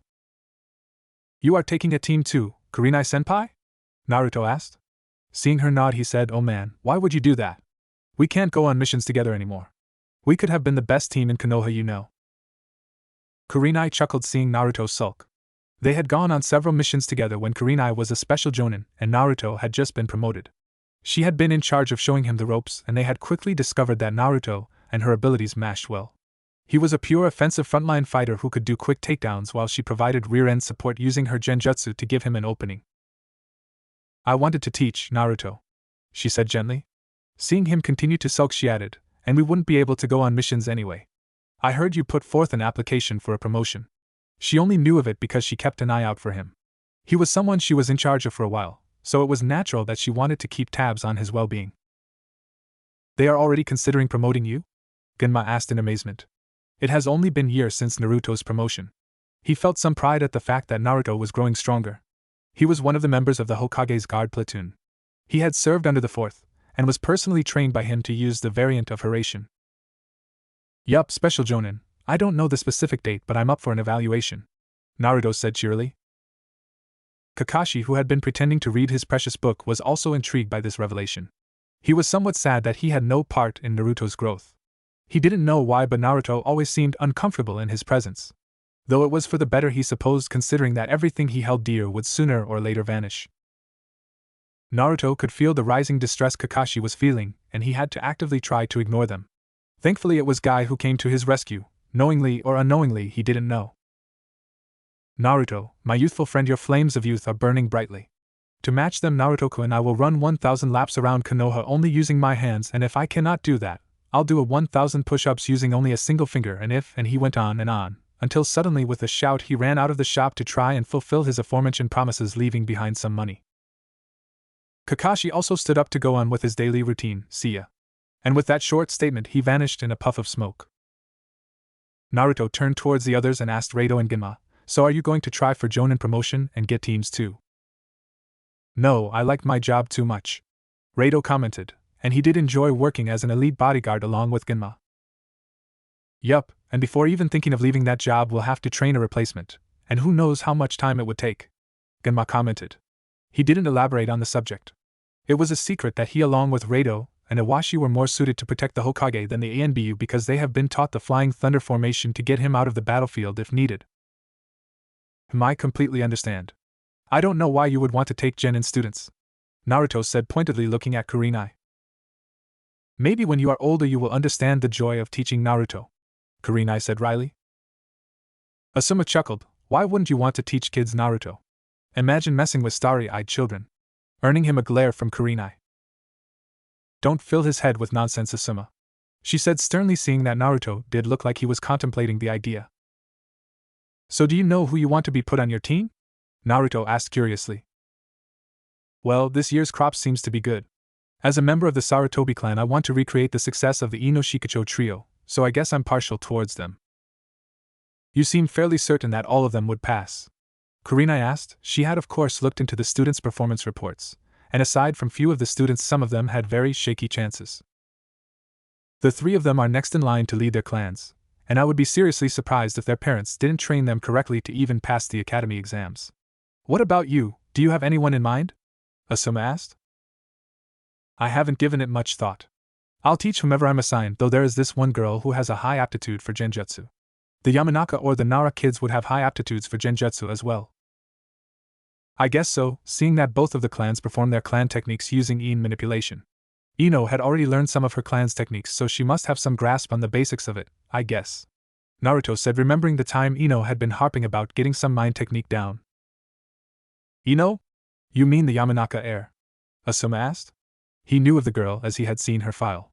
What he didn't expect was that Naruto knew her, and judging from her expression, neither did Kurenai. They weren't blind and knew about Naruto's rather small circle of acquaintances. That was why it was a surprise to find out that Naruto knew someone who was close to his own age. Yup, she was quite excited about it, and knowing her, she didn't just bulldoze through the exercise. She might have looked into the basics of the technique, Naruto said. Oh, so what can you tell me about her? You know, so that if she's in my team I could work with her more easily, Asuma asked probingly. Well, she's kind of bossy and tends to nag a lot. She's smart though, and if anything catches her interest she would go to great lengths to know more about it. After my first mission as a genin, a D-rank 1, I refused to tell her about it, so she tried tailing me for about a week, even skipping class once or twice before Inoichi-san put an end to it. I think she's still mad about that, Naruto said, trying to succinctly sum up Ino's character without giving too much detail. Good to know, Asuma said, apparently thinking about something. Naruto sat with them for a while, talking and finishing his drink before saying goodbye. It seemed they were waiting for more people to continue with their drinking. As he left the establishment, he once again expanded his sensory range like he had done before. The muted presence he had come to associate with his watchers was still present inside one of the houses near the bar, though he wasn't quite sure if they were watching him at the moment. He had deliberated on asking help from Asuma, as he had the connections required to find out about his predicament. He was the son of the Hokage and a former member of the 12 Guardians of the Daimyo, one of the elites. And despite him being the son of the current Hokage, he wasn't quite close to his father. But in the end he had decided not to, because frankly, Naruto didn't trust anyone he knew to choose him rather than the village, and he sure as hell wasn't willing to sacrifice his daily life for the village he had so few attachments to. If he had decided to ask Asuma, or anyone else for that matter, he would have to answer some questions he wasn't quite comfortable answering. The ability to sense negative emotions was quite frankly one of the most ill-desired ability any ruler would want his foot soldiers to have, let alone a Jinchuriki. The ability just passively unraveled so many secrets, all the while it practically guaranteed the user the ability to never be deceived. Naruto made his way towards his apartment to kill some time before he went for ramen. That was all he had planned for today after working like hell for the past month, a day or two to relax before he got back to doing missions. As he went to use the body flicker technique to travel quickly, he barely felt someone approaching his position at high speed, something rarely seen even when someone used the aforementioned technique, signifying the one using it to be an elite. Sure enough, an Umbu appeared in front of him. Uzumaki-san, the Hokage has requested your presence urgently, the masked Umbu said rather succinctly. All Naruto could feel from the Umbu was caution, not towards him, rather towards everything in general. Naruto looked towards the bird masked Umbu. He couldn't tell which kind of bird this Umbu represented, and said, "Understood. I'll be on my way." He waited for the Umbu to move along, so he could also body flicker towards the Hokage tower. It was taught to them not to suddenly use chakra as the presence of an Umbu, as besides their own and the Hokage they served, they did not consider anyone else as friendly, and might take any sudden action as a threat. The Umbu nodded as he gave a cursory glance towards his surrounding before disappearing without a trace, though Naruto could feel him moving towards the Hokage Tower with speeds that would make it seem instantaneous to those who had not trained to attain Jonin speeds. Truly an elite. Naruto mused before he too disappeared and appeared near the Hokage Tower with a deliberate small cloud of smoke to make his presence known to the guards. He didn't have the privilege to directly appear inside the building while masking his presence. He made his way up the tower and asked the secretary sitting outside the office if the Hokage was available. Yes, the Hokage is expecting you, Uzumaki-san, the secretary replied. He entered the Hokage's office. It was already occupied by 3 people waiting for him, including the Hokage himself, the other 2 being Izumo and Kotetsu, his gate guard buddies. He raised a single eyebrow at them in query. He could see that Izumo was excited and he could even feel Kotetsu's annoyance. Both of them, though, didn't answer his implied question, so he turned towards the Hokage, who at the moment was going through some reports. Ah, all of you are present. Dove. The Hokage called, and suddenly an Umbu appeared in front of them, the same one who had informed Naruto of the Hokage's summon, holding a file and a bingo book. Naruto resisted the urge to snort at the name of the Umbu. Dove, if this was Dove, he hated to see what the others were like. He really didn't understand why someone would want to join the Umbu. The pay wasn't all that great, and besides feeding your paranoia, it didn't seem to give any particular benefit. He heard Izumo read the bingo book aloud for the benefit of the others. Aoi Rokusho, male 25, physical description: him. Here we go, former instructor of Konoha, tricked a genin into abandoning the village to join Amigekure, helped kill 2 of Konoha Umbu and tortured a Konoha nin. Current status: Jonin of Amigekure, B-rank ninja, bounty, 15 million ryo. Captured dead or alive. He read, summarizing the entry for the relevant information. Anything else could be delved into later. Naruto was confused. This Aoi's crimes didn't seem to match such a high bounty. Perhaps sensing his confusion, the Hokage gestured Izumo to read the other file he was provided. Aoi Rokusho tricked a genin, Idate Marino, to steal a secret scroll along with a Senju clan artifact, Tobarama Senju's legendary sword called the Sword of the Thunder God, which still seems to be in his possession. The rest of it is the same, killing Umbu, torturing a special jonin to try and decode the scroll. Now he understood, and he was very keen on hunting Aoi down. This was personal. While distant, he still had relations to the Senju. They had promised to provide a home to all Uzumaki, so it was his duty to help the clan when he could, because while there was no one from the Senju clan living in the village right now, they still hadn't failed in fulfilling their promise to him. We have reports of seeing Aoi along with 2 others cross into Fire Country from grass and making his way towards either Sound or Iron. We are not sure. You 3 are to go to the border outpost of Konoha and meet the team tracking his progress, engage him and bring back the sword and the scroll if he has them. Naruto, you will be the leader of this mission, Hiruzen said, briefing them while passing the mission directive to Naruto. Naruto briefly read the mission and looked to the other 2. Seeing them nod, he said to the Hokage, "Yes, sir." Saluting the Hokage, he made his way out of the office and turned towards the other 2. Izumo, gather as much information on Aoi and the landscape as you can. Kotetsu, gather the team's supplies. Both of you be ready to leave in 3 hours. If we leave in the evening, we would be able to reach the outpost by midnight, and it would make it easier to cross the border in the dark, if it's needed. The other 2 nodded and quickly left to take care of their assigned tasks as well as take care of any personal matters. They were both excited, even Kotetsu, who generally preferred lazing around as it was rare for the Hokage to personally call in people and assign them missions. This was generally done for special cases where individual talents were required. Maybe this was a way to see if he was ready for his promotion. He had said he would like to join a capture squad. Naruto mused. Putting that thought aside, he quickly made his way to Ikaraku's. He had to take care of several things as well. Entering the shop, he quickly saw that there was only a single customer in there. It seemed both Ayam and Tucci were working on making preparations for the oncoming dinner rush. He greeted them cheerily. "How are you doing, Ayam, Pops?" Both of them looked towards the familiar-sounding voice to find Naruto sitting there. "Naruto, my boy. It's good to see you. We are doing well enough, although since you haven't been coming to the shop, the business has been struggling," Tucci said jovially, and Naruto knew that Tucci was joking. After all, knowing Naruto's reputation, his absence might have even boosted their business a bit. "Where have you been, Naruto? Dad might be joking, but he was very worried, you know," Ayam said somewhat chidingly. "Me, it was you. You were worried senseless. He is a grown-up now, you know. He could take care of himself.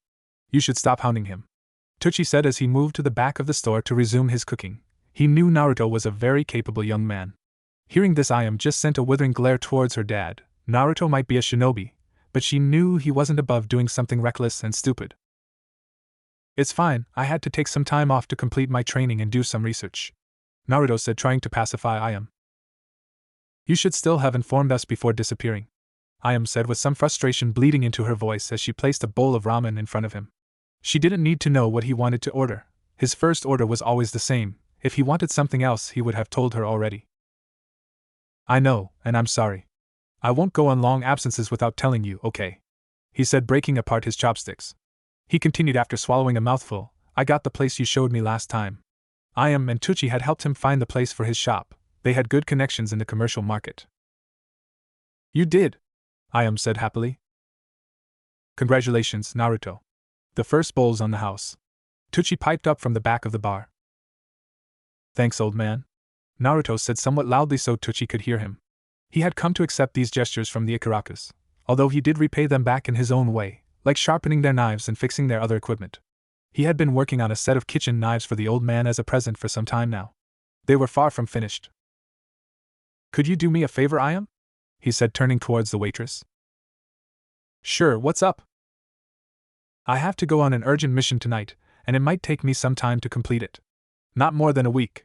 The construction crew I hired would be coming in tomorrow to fix up the place. Can you go there and make sure everything's fine and they are working properly? I had already given them the specifications on what to do, so you don't have to worry about anything. Here are the plans for it. He said while passing Ayam a set of keys for the place and a small notebook in which he kept all the details for his shop, and the work area in the back where he planned to do the actual smithing. Ayam took the keys and looked through the notebook. It had details on the size for the gas forge and quench tanks along with areas outlining where to place the machinery. There was also specifications on the place where weapons were to be put on display in the front of the shop, though they were less specific and seemed lacking. Don't worry about the payment. I had already given them the advance, and we had already made a deal for the rest of it. Naruto added. Even though he had to pay a hefty sum for the advance, the rest of the payment was quite lax seeing that he was a chunin, and the position did come with quite a few perks. If he was a civilian and an orphan, he might have been in for a rougher time. When are they coming in for the job? Ayam asked. About 11 in the morning, Naruto said as he finished his ramen and ordered another bowl of miso ramen. I can do that, don't worry about it. Ayam assured him before busying herself to prepare his order. After he had spent some time chatting with them and eating 2 more bowls, Naruto left the ramen shop and made his way towards Yamanaka Flowers. Entering the shop, he had expected to see Ino working the counter but was surprised to see her mother instead. She looked up from the flower arrangement she was preparing for a client when she heard the chime of the bell located above the shop's door. Hello, Naruto-kun. I thought you would be coming tomorrow for dinner. Don't tell me Ino got the date wrong? She said, frowning slightly. It wasn't like Ino to be forgetful. No, Ino was right. I was going to come tomorrow, but Hokage-sama assigned me an urgent mission just now and I don't know when I'll be back. That's why I came to inform you and Ino, Naruto said quickly.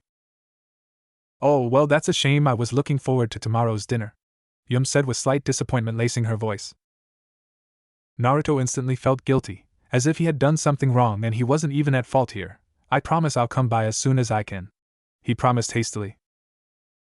I'll hold you to it then, but you should still visit more often and not just for planned dinners. I will. Naruto nodded as he discreetly started looking around the shop, but he might not have been as discreet as he had hoped. Ino's in her room, dear. She's studying for her graduation exam. She quipped, correctly guessing what Naruto was thinking. I'll call her, she said as she left and went upstairs to get Ino. Naruto waited a while looking at the pretty flowers before he felt Ino coming down the stairs, her frustration building up. He could sympathize. Studying for an exam was never fun. She looked at him as she took a seat behind the counter and asked snappishly, What do you want?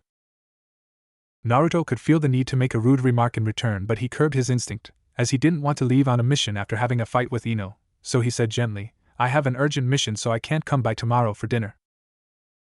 But then we can't go to your shop, Ino said indignantly.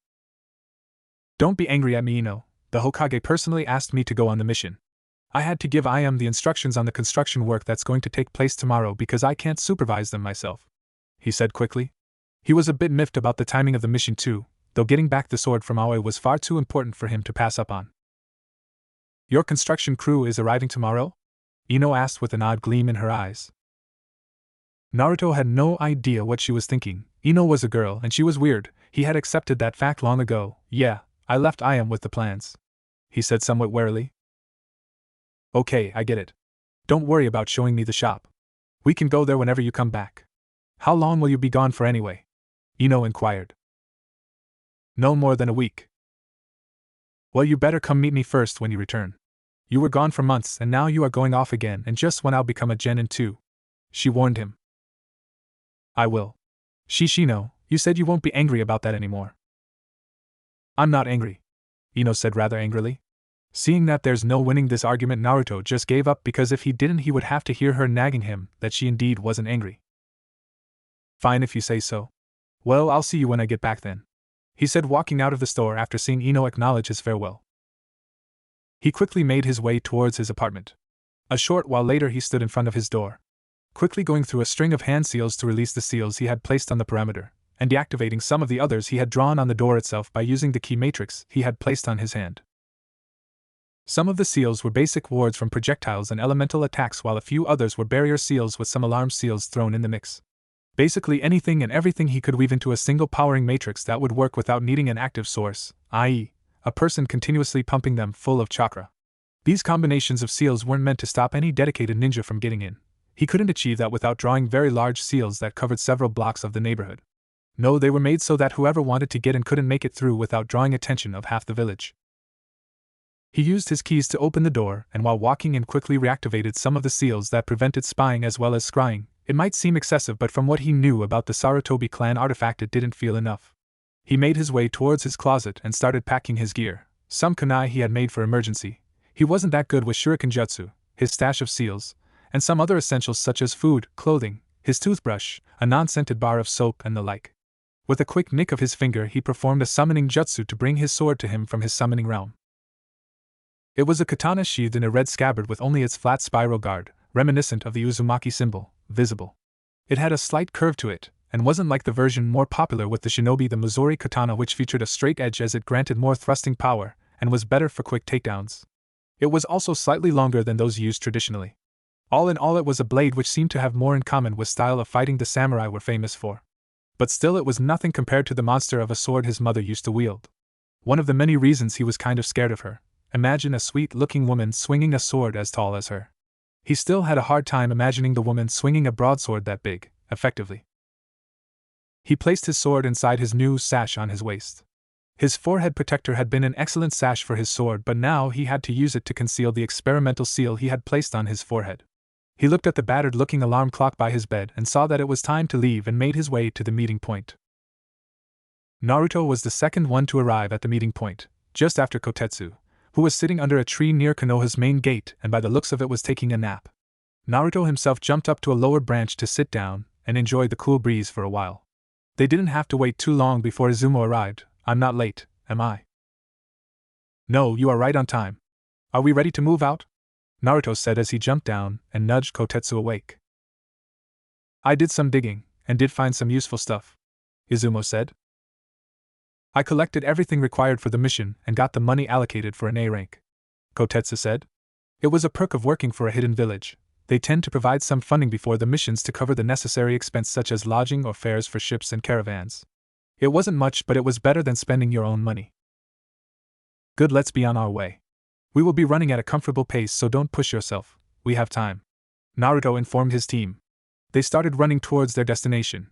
It was Izumo who was guiding them as he had the job of charting their course. Izumo, what can you tell us about the mission? Naruto asked. He was very grateful to the Hokage for assigning him people he knew on an urgent mission. He didn't need to waste his time figuring their strengths and fighting style. He didn't believe this to be a coincidence. It was intentional on the Hokage's part, to provide a team with the best chance of survival all the while using the least amount of resources. Aoi, when he was in Konoha's service, was not that exceptional, a Chunin instructor, Chunin level skills in Tai, Nin and Gen, no known competence in Kenjutsu, Izumo replied. So he is amateur at best with the Thunder Blade, Kotetsu said from his position in the rear. It was a simple line formation with Naruto leading. The information is what, 2 years old? Seeing Izumo nod, Naruto continued, he would have made progress in his abilities. Consider him a Jonin level threat. Better be safe than sorry. Now that they were quite a distance away from Konoha, he expanded his senses to the limits. His range wasn't something he could use to compete against accomplished trackers and sensors like the Hyuga, Aburame, or the Inuzuka, nor did it provide any extreme details that were hard to erase. His ability wasn't meant for it.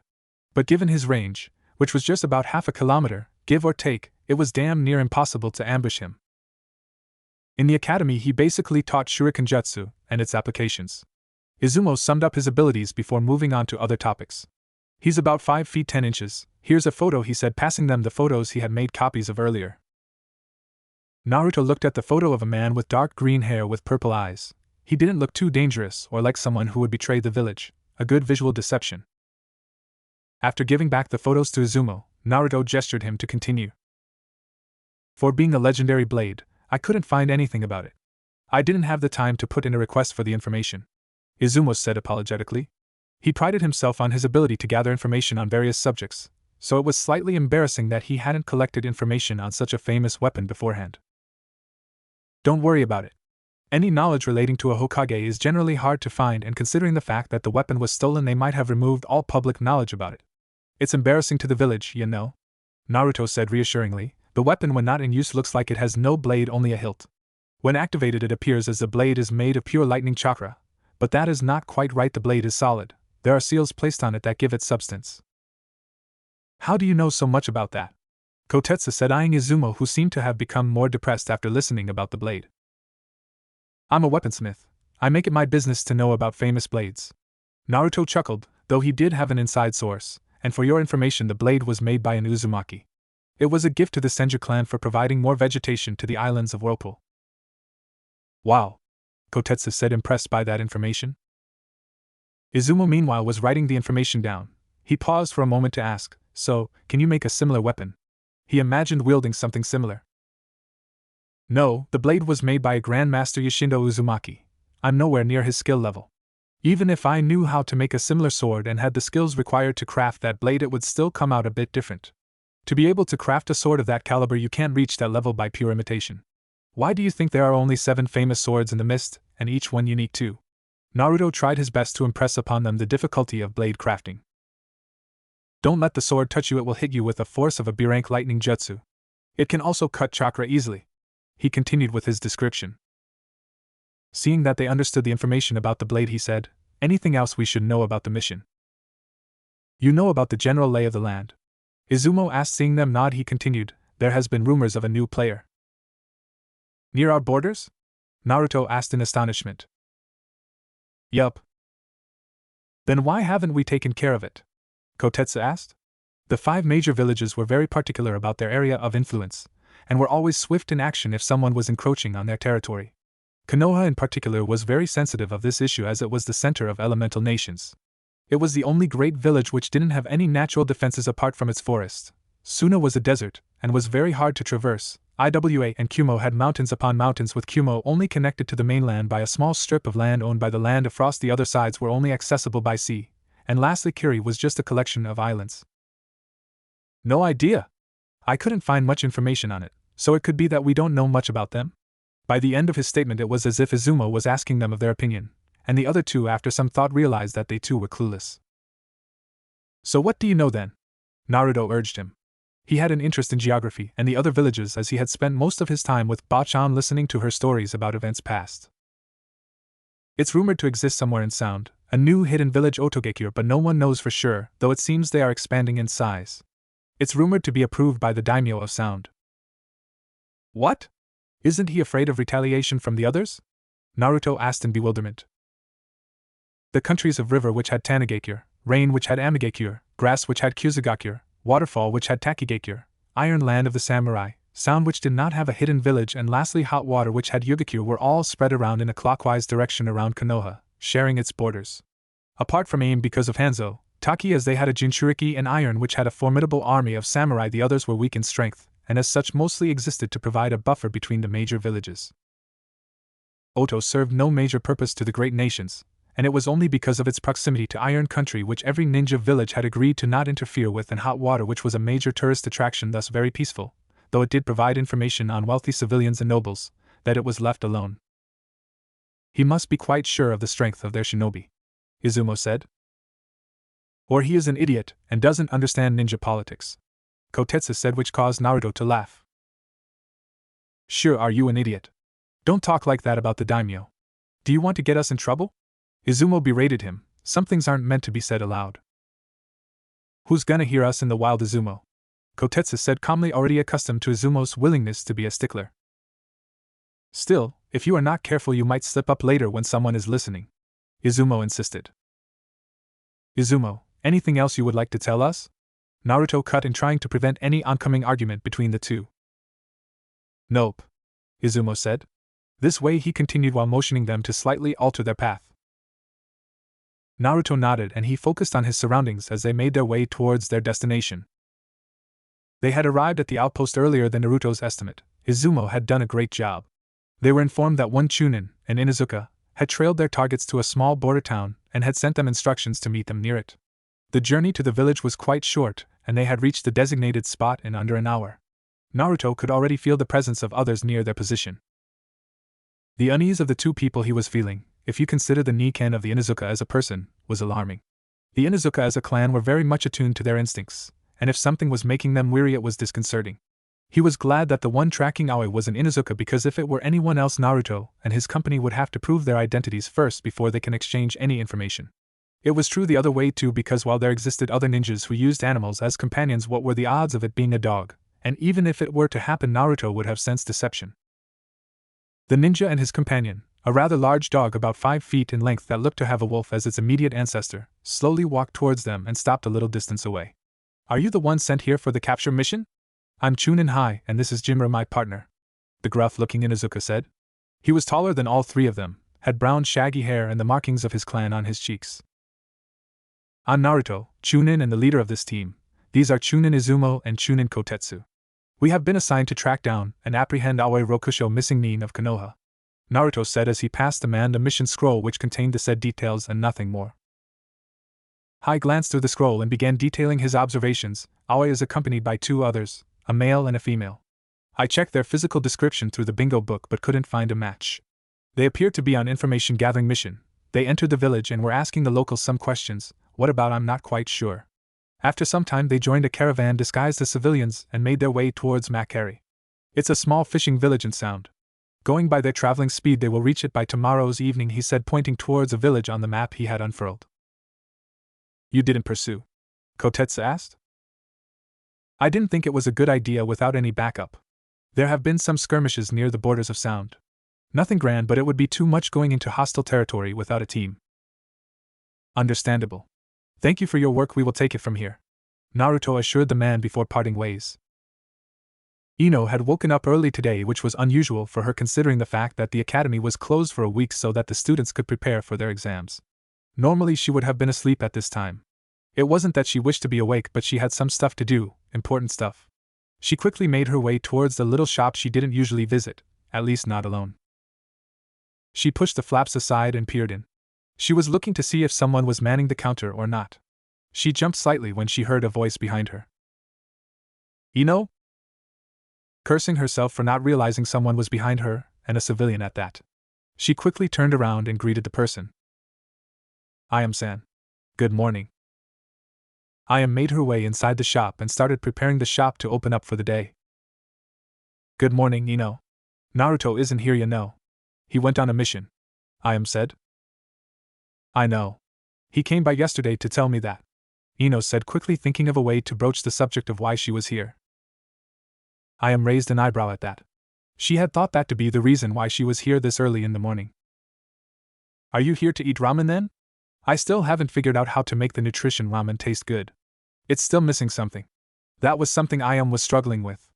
Her father wasn't willing to help her in the endeavor, citing something about her learning the art of ramen making through experimentation. I'm not here about that either, she said hesitantly. The last one Ayam made her taste test was horrible, and she couldn't just say no to it either. It had been her idea after all. A good diet was essential for a shinobi to be effective, as they were taught so in the academy. They even had a resident medic nin to keep students' health in check. It was another one of the criterion to pass the academy. A change in even single kilogram of weight could throw off your balance and affect your speed. She might be exaggerating on that front, but damn it, she worked hard on gaining a perfect height-weight ratio with good fat percentage. It was the single class she had paid the most attention to. It might have been because the teacher giving the lecture was an older kunoichi with a perfectly proportioned body. She suspected they had chosen the kunoichi for that very reason. She had told them to not diet but also to not load up on empty carbs. Ramen were generally that, empty carbs and sodium. She might have been obsessed by this point in finding healthy but delicious food and a bit jealous of Choji, who could eat whatever he wanted. That is the reason she had proposed the idea for a more nutritious ramen to Ayam, who had latched on to the idea as a fellow woman who was struggling with the same problem given the fact that ramen featured heavily in her meals. Then what is it? You know, Naruto mentioned leasing a place to open shop. He did. He came by yesterday to tell me about it, gave me the keys too. The construction crew is coming today, and he wanted me to watch over their work. Yeah, I want to be there as well when they come. Why? Ayam asked skeptically. Watching people haul wood, cement, and the like was boring. She couldn't think of a reason why someone would volunteer to do that. I want to help in decorating the shop. I don't know, Naruto already gave me the plans for the shop. But you know him, I'll bet you that he focused all his attention on making the workshop function and didn't put any thought on the aesthetics. If we go along with his idea, it would look like a rundown smithy you go to buy hooks and plows for the field, and not weapons. Ayam had looked into the plans in more detail yesterday after closing her shop, and it did look like the only thing Naruto had put in the plans for the front was a cashier's desk and a display case. It did look very dull. But he had already negotiated the payment. We can't just make changes that would end up costing him money. We won't do something drastic like that, just some small stuff. I promise, Ino said earnestly. She could see that Ayam was of the same mind as her on this matter. The shop would do great with someone like Ino assisting. She imagined her masterful skill in decoration and aesthetics to bring in more customers, so that Naruto could earn more money and not be as stingy as he was. She was planning to cash in on all the times she had to share her candy with Naruto when they were little. It was such a better time when she could eat as many sweets as she wanted to. I guess so. The crew will be arriving at about 11, so meet me here half an hour earlier, Ayam said. She wasn't fully convinced that this was a good idea, but she told herself that with her there she could put a stop to Ino doing anything too outrageous. Got it, Ino said cheerily and made her way to her clan compound to get some training in before the meeting. She had about 3 hours time to complete some taijutsu training as well as some target practice, and then shower. She wasn't going to be sweaty all day long, if she could help it. They had a small personal area behind their house where she was allowed to practice. There were some bigger, proper training grounds in the compound as well, but those were only open for people who were Chunin or above. Greeting her mother, who was still working in the kitchen, it was still early in the morning after all, and their shop wasn't opened until later if her father was out on missions. She made her way to their backyard. A few years ago, when Naruto was still in the academy, he was employed to help open and close the shop, moving stuff from the back, cleaning, and watering the plants, but he had never manned the counter even when he was on a holiday. She missed those days as she didn't have to do too much of the boring stuff around the shop. It was only because of her exams was she free from doing any of it for a while.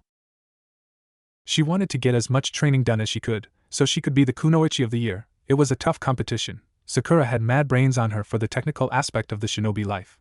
Ino might have an edge on her on the physical aspect of their training, and even then it was not by much. The only thing she could say for certain that she was good at was shuriken jutsu. She was the top scorer on those tests, sometimes even tying with Sasuke. She would have loved to be the rookie of the year, but Sasuke was leagues ahead of her in taijutsu. His style was far too effective against the academy style she and the others used. She had asked her father to teach her a more effective style, but the Yamanaka taijutsu wasn't meant for frontal confrontation, and was only effective when used in conjunction with their clan's techniques, something she either didn't know or was not allowed to use in the academy. The only one capable of giving Sasuke any problem in taijutsu was Kiba, but he was very weak in the other areas of the academy. She pulled out her kunai and shuriken and began practicing with fervor. The fact that they were traveling as ninjas as opposed to their targets had helped them reach the village of Makari before the merchant contingent. It was still early in the afternoon. They would have reached the place before if they hadn't stopped to rest for the night. They had rented a small room in using the money they were provided for the mission, and the three of them were currently occupying it so that they could plan their next step. Naruto had never been someone who could make plans that had 100 variations, steps ahead of steps, unlike his Jonin sensei. Shikaka was an intelligent man, but he was not wise. He needed someone with a similar mindset as his own to be able to teach them effectively. But Naruto had learned two important things from him. Well, not from him per se, but from observing him. One of them being to not give his opponent the time to prepare, and the other would be to limit the amount of information they have access to. He was certain the reason for his placement in Shikaka's team was so that the man could keep an eye on him. It didn't matter, he mused, he needed Konoha as much as Konoha needed him. So, what's the plan? Kotetsu asked. Should we ambush them in the village? Though it could be problematic to fight here. Izumo supplemented his opinion. I said that they might be here on an information-gathering mission. We could work with that, Naruto said. He really didn't want to put civilians in danger. What do you mean? We could be more overt. Give them a target to spy on. These are aiming, they might be confident in their ambush tactics. We could easily lead them towards the outskirts and take them in. Naruto was confident in his plan. Shinobi from AIM were notoriously hired for assassination missions between all the hidden villages and thus were sure of their ability to ambush others. What if they are successful in taking us by surprise? Kotetsu asked. They won't be able to, we'll keep tabs on them. Seeing that they were still skeptical, he added, trust me. It could work, but what if we catch the attention of someone else? Izumo said as he analyzed all the details of their mission. We don't know how strong they are, and considering the fact that we don't have a number advantage over them, this is the only plan I could think of that might work with minimal collateral damage.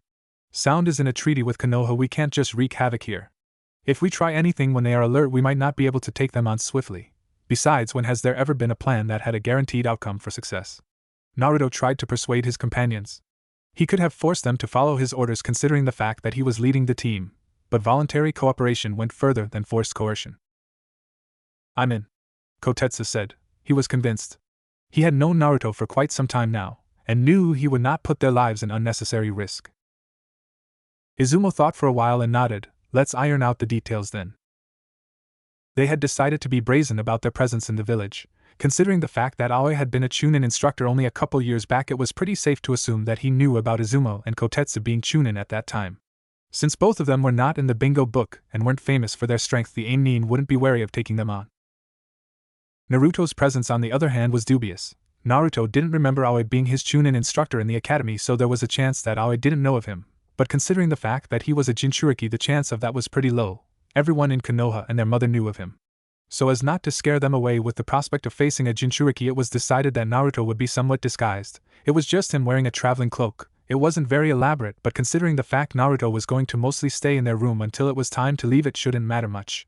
Since he had a stature of someone young, there was a good chance that they would not consider him a threat and look into his identity too much. It was very rare for someone young to have considerable strength, after all. A team of 2 Chunin and maybe another Chunin, but probably a Genin, didn't look too threatening anyway. They had made it inside the village quite easily. Aoi was sure that the rumors about someone starting a village in Sound was bogus. The security around the borders had been very lax. He had been sent to investigate and sabotage the shinobi of Sound if the opportunity presented itself. The other 2 in his team, Chunins, he thought disdainfully, were unnecessary attachments in his opinion. With the sword of the Thunder God in his hands, he was invincible. He sincerely felt that the mission was beneath his stature, but since it was issued to him by the higher-ups, he couldn't dismiss it. Even though he was virtually invincible with the sword in his possession, he was still weary of facing God and his angel. It was tedious for him to travel at a civilian pace, but for the sake of gathering information easily, it was something that was essential. Aoi assigned the other 2 to gather information, while he rested in one of the small inns in the village. The Chunin were much better equipped in information gathering than he was. It was relatively late at night when the 2 came back to report their findings. Apparently recently some Konoha shinobi have arrived in the village and were asking questions. From the description he was provided, he easily guessed their identities: Izumo and Kotetsu, the gate guards from Konoha, talentless trash. They didn't have any ambition and were content with mediocrity. They were weak though, and it would be beneficial to interrogate them and find out whatever information they have gathered, and this time he would make sure that these Konoha trash do not escape. He assigned the Chunin to keep watch on the Konoha shinobi. They would strike when they are in a more secluded area. It wasn't late into the next morning that he was notified about their target's movements. They were leaving the village, and it was time to go on a hunt. Having a massive malicious monster stuck inside you lends a certain perspective. You start to appreciate the small things in life. Sure, having a Biju came with a slew of negatives, but he had long ago cultivated the mindset to look at the bright side of things. It was all he could do at the time to come to terms with his situation. The ability to sense negative emotions was by far the greatest boon, and the other one was something his Bachan hadn't told him about at first. If he had known about it, he might not have gotten the ability to be as potent as he had. Chakra was the product of the spiritual as well as the physical. Sometimes knowing the outcome of your endeavor affects the outcome itself. If he had known that he would gain something from facing the Kyuubi, he might have failed. He could still hear her soothing voice providing him with the strength he needed to work on his fears. Narukuin, Kyuubi as a Biju is the strongest there is, and the hate and bloodlust it contains is otherworldly. Now, it might have been without your consent that you have been given this burden, but life is rarely fair no matter how much we wish, she said sadly. That is why now that you are its jailer you have to be willing to face it. The thing that prevents the Biju from escaping is not the seal but your own will to contain it. No matter how strong the seal, you are what stands between him and the world outside. You must remember those who love you, Neru, when you feel yourself wavering. Remember me, remember your mother. She had instructed him as he sat down and meditated to prepare for the confrontation. It had only been mildly successful at first. He had made it into the seal, but to feel the sheer hatred and malice of the greatest Biju wasn't easy, and he had lost consciousness in mere seconds. He had only been 10 at the time after all. But he was an Uzumaki, and if nothing else he was persistent, unyielding, and with time the exercise had been fruitful. Then again, to combat against someone's strong destructive intent was to produce your own. Now Naruto shouted as he felt the squad of the Aimnin begin to move for their ambush. He saw Aoi standing behind the trees partially obscured by foliage, throw his umbrella into the air. Naruto unleashed one of his trump cards, focusing on his target, so Izumo and Kotetsu wouldn't get caught into its grasp, as he ran forward feeling the ground beneath him crumble. Aoi had just launched his specially designed umbrella to release a barrage of poisoned Saban, and had just started to raise his hand, already forming the hand sign required to release the mechanism seal placed on it. Evidently the enemy had been aware of their ambush, for how long he was not sure, but frankly he didn't believe it mattered much.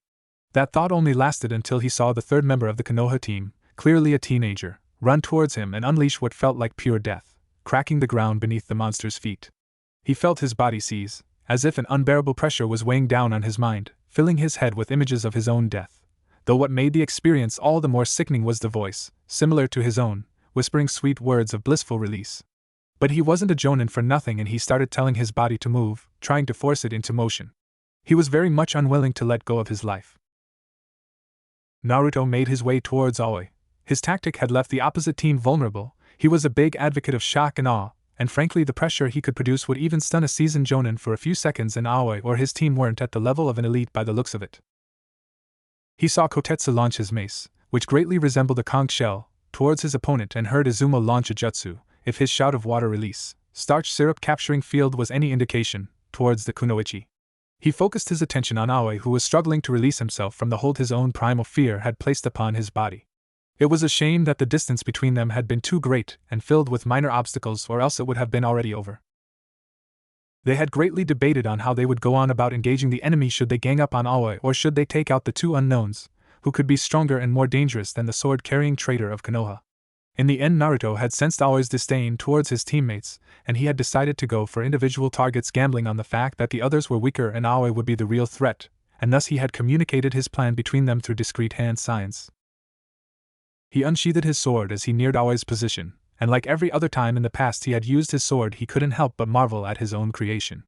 It was an azure-colored blade. Controlled oxidation was a wonderful thing when you have an innate grasp of the blade material, patterned with little swirls of oceanic blue giving the appearance of little whirlpools.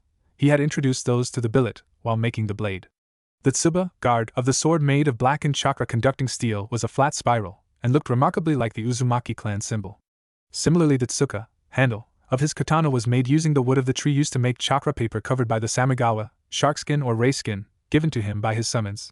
It was a light blue scaly material, the skin of an elder of the serpent clan, all of it held in place by a traditional ito, braid. The moment he reached Aoi, he went for a swipe, trying to keep the wound he would inflict to be shallow. Aoi by this time had managed to gain some control of his body and stumbled back clumsily to avoid being bisected. He pulled out his sword and activated it, making the blade appear. Naruto had to hold back his anger, as he could already feel the steady thrum of power trying to push through and rip apart the offending man in front of him who dared steal something from his family. He could already see the small bright spots appear in his vision, lighting the world around him to give him better vision, before he clamped down on his unnatural source of power. He hastily took a step back so as to give himself some room to settle his thoughts. He observed his opponent. Aoi didn't seem to have a swordsman's stance. It was more of a ninja wielding any other weapon rather than using a stance one required for such a specialized sword. This was good. Not only would Aoi be unable to exercise the full capability of the weapon, he was fighting against someone proficient in kenjutsu. Ducking under Aoi's strike, Naruto went for a leg sweep, forcing Aoi to create some distance by jumping back. Naruto sensed that Kotetsu was done with his opponent, but Izumo seemed to be struggling. Seeing that Aoi was setting himself for a charge in his direction, he went with the quick and dirty method to buy himself some time. With enough practice, any jutsu could be used without hand signs. It just required sufficient chakra, the control over it, and lastly molding it in the peculiar way it was required for the technique to work. Naruto didn't have the control for it to be efficient, but who needs efficiency when you have chakra in abundance? He cupped his left hand in front of his mouth, all the while molding his chakra, and released several large bullets, made of water, in front of him. Of course, Aoi wasn't stupid. He chose to dodge the jutsu rather than try cutting it with his sword, even though he was perfectly capable of doing so and would have maintained his speed in the process. But lightning and water was not a good match when you are effectively holding on to a live wire of sorts. Izumo was having some trouble with his opponent. At first, they had successfully gained the initiative in battle, discounting the fact they had faltered in the beginning when Naruto's rage washed over the area. Even if they were not the target, it still felt overwhelming. Izumo had targeted the kunoichi while releasing his water jutsu. It was designed to capture targets quick and easy. What was surprising was that the woman had been the one to recover the quickest. She quickly threw some kunai in his direction while jumping up to get out of the range of his jutsu. A wave of sticky syrup washed over where she was standing just a moment before. Weaving through the several kunai thrown at him, he advanced towards her while pulling out his kasari. The chain had both of its ends weighted. He was by no means a frontline fighter, it was more of Kotetsu's forte. He was the support in most situations, and in those rare occasions where he went for a frontal assault it was in combination with Kotetsu. So, a kasari was a good weapon for him. It provided range and maneuverability, forcing his opponents to make wider motions to evade. Now comfortably in range of the kunoichi, he sent one of the weighted ends of his chain forward. Expecting the kunoichi to dodge to the side, he subtly yanked the chain in his hand to make it sweep across to the side following her. He surreptitiously controlled his earlier water jutsu as he had not released his hold over it. The slime-like water burrowed underground to move behind his opponent. The ongoing control of his jutsu was a trade-off over his ability to cast another one. The kunoichi ducked under the sweeping chain, making several hand signs before she felt something off with her surroundings. It was because of the various battles she had been that on pure instinct she abandoned her jutsu and slapped her hands on the ground. It wasn't a jutsu but pure earth manipulation that caused the earth around her to rise to a few feet in height, surrounding her with hardened walls. It was the second stage of elemental manipulation one learned when they wanted to familiarize themselves with molding earth-natured chakra. She saw the quick-moving water jutsu halt just behind her as the ground it was burrowing through had hardened. That had been too close for her comfort. If she hadn't been so quick it would have been over for her. Izumo cursed under his breath. She had to be an earth user. He didn't know how she escaped his technique, but the fight wasn't going as he had envisioned. She had somehow disabled his jutsu by using the earth chakra to halt its progress. Seeing the woman pull out her tanto, presumably to engage him in close-quarter combat, he thought of his next step until he felt the hold on his jutsu disappear. He yanked his chain back in preparation of whatever was to come, only to falter when his jutsu morphed into the form of Naruto and latched onto the kunoichi before bursting, capturing the kunoichi by halting her movement. Izumo hastily flickered behind her and shook of the brief rigidness that came over his body, a side effect of using high-speed movement like substitution or body flicker, before knocking her out using one of the weights at the end of his chain. He was left wondering at the amount of chakra and proficiency it would require to overpower and manipulate someone else's jutsu for your own purpose. He knew Naruto was also skilled in water manipulation, as they had often discussed it amongst themselves as fellow users of water-style techniques, but he wasn't expecting him to be so good. He quickly went on to tie up the kunoichi before he would go help the others. It wouldn't be fun if the kunoichi woke up when they were focused on defeating her teammates. Pulsing his chakra to make his water clone burst, Naruto prayed that his little gambit had worked in helping Izumo defeat the enemy Nin. As he felt the kunoichi lose consciousness, he started running towards Aoi to finish his battle. "You should give up, boy. With the sword of the Thunder God in my hands, I'm invincible," Aoi said as he started hacking towards Naruto. "Is that so? From the looks of it, you are just swinging the sword wildly," Naruto calmly said as he dodged the oncoming sword strikes, although it was a little annoying that he couldn't try and parry the opponent's sword and strike back. "It's only a matter of time before you fall to this sword, brat," Aoi sneered. He might have been frightened before, but as he pushed the boy back he felt stupid, to think the boy had scared him with his little trick. "You know, seeing you swing that sword is embarrassing." Naruto quickly stepped in and swung his swords diagonally as if to cleave through him. Aoi brought up his own sword to block the incoming strike. "It's over," he thought smugly, as he knew when the two swords connected the boy would be electrocuted. He was preparing to pump more chakra into the sword to increase its power when his opponent's sword disappeared from his sight, only to reappear when he felt it cutting into his body. He felt extreme pain rush through his body as he heard in a cold whisper, "In release, vanishing strike," before fainting. Naruto sheathed his sword and crouched down to check up on the prone form of his opponent to inspect his wounds. He had made sure to not make the cut go in too deep by blunting the edge of his sword. Aoi was bleeding, but he would survive. Capturing an enemy shinobi was always more profitable than killing them. Information on other hidden villages was precious after all. Considering the fact that Aoi was a missing Nin first, there was no real consequence of capturing him. His two teammates were aiding a criminal. Whether they were following official orders or not was a non-factor. He placed a chakra suppression seal and a disruption seal on his back. Both of them were ready-made seals drawn on paper, and unlike the ones which were customized based on a person's chakra network, these were less effective but still required enough skill to remove. Picking him up, he made his way towards where his teammates had gathered, and they were just done tying up their prisoners. He gently placed him on the ground, and without a word Kotetsu started tying up Aoi with ninja wires. "Are you injured?" Kotetsu asked. "No, I'm fine, didn't even get a scratch." "What about you two?" Naruto replied. "I had an easy fight. The guy wasn't even able to move before I hit him. I had just arrived as Izumo finished his fight. I was struggling a bit, but thanks to you it didn't last long. I am kinda disappointed though. The idiot didn't know how to use the sword at all," Naruto grumbled. He had given the sword a cursory glance, and there were very minute fractures on the seals. "You have it then?" Izumo asked excitedly. "It wasn't every day that you get to see a legendary weapon." Naruto pulled out the hilt from inside his haori and activated the seal on it to release the blade. He spoke as the others looked at it with awe. The idiot didn't take care of it. "One or two use in battle and it's going to break." "It can't be repaired?" Kotetsu asked as he went on to bandaging Aoi's wounds. "With this much damage, the only way to salvage it would be to remake it." He had wanted to say reforge, but he wasn't quite sure if the sword was ever forged in the first place. He took one last look at the sword before storing it inside a storage scroll. He handed Izumo and Kotetsu his restriction seals to place them upon their prisoners. Moving live prisoners was always a pain in the ass because unlike dead bodies you can't just shove them into scrolls. He was about to ask if they were ready to leave when he felt people enter his sensory range moving towards their direction. "Incoming, multiple shinobi, they aren't friendly," Naruto said quickly as he formed a single hand seal, causing a small wall of water to appear in front of him. He bit his thumb and sped through another set of hand seals, this time using both of his hands, before slamming them onto the side of the small pool of water. There was a puff of smoke inside the water before it came down, losing its cube-like form. "Is that a snake, Naruto?" Izumo asked nervously. Snakes had a very bad connotation in Konoha, as Orochimaru was the only one who held the scroll to sign the summoning contract.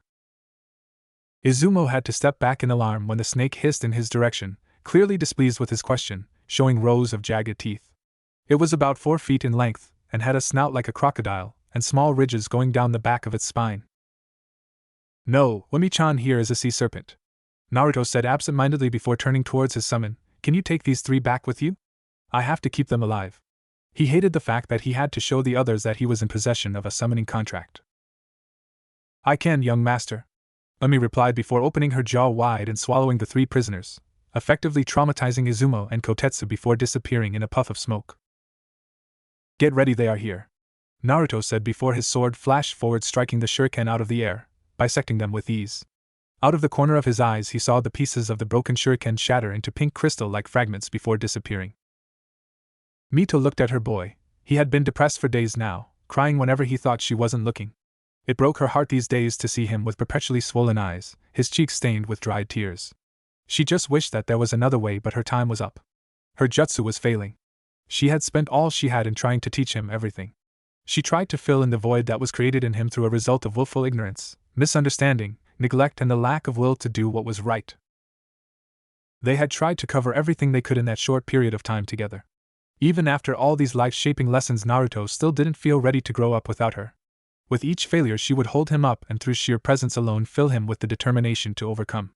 After living through such care he felt like an addict already dreading the withdrawal. The parting sorrow was true for Mito as well. While she did have faith in him, she couldn't help but worry. Naruto was her greatest legacy. Kushina would have been great too. She was gifted with intellect and will to lead the Uzumaki back to their glory. But the timing of the events to come had not been kind to both of them. Kushina had come to Konoha when Yuzushiogakure was still standing strong. It was because of this that when she was under Mito's tutelage there had been no urgency, or even need to make her the spearhead of the Yuzu legacy. Mito was content to let her grow by herself and be whatever she wanted to be. But once the news of Yuzu's fall came, everything had changed. Mito was out of time and Kushina was devastated. Time was a cruel mistress. Mito had tried to delay the inevitable as much as she could, but she had to pass on her burden, and with no one to look after her, leave Kushina to the wolves. The village refused her the opportunity to grow and live out her dream. Who would be willing to follow her as the Hokage if she didn't have the experience and reputation to back it up? She was hidden from the world and denied the life of a kunoichi. She was a nobody, and the scattered remains of her clan didn't deem her strong enough to provide them shelter and peace. When Mito met Kushina again years later, she had changed too much. She had given up on her old dream and she was now content on passing the opportunity to her would-be husband.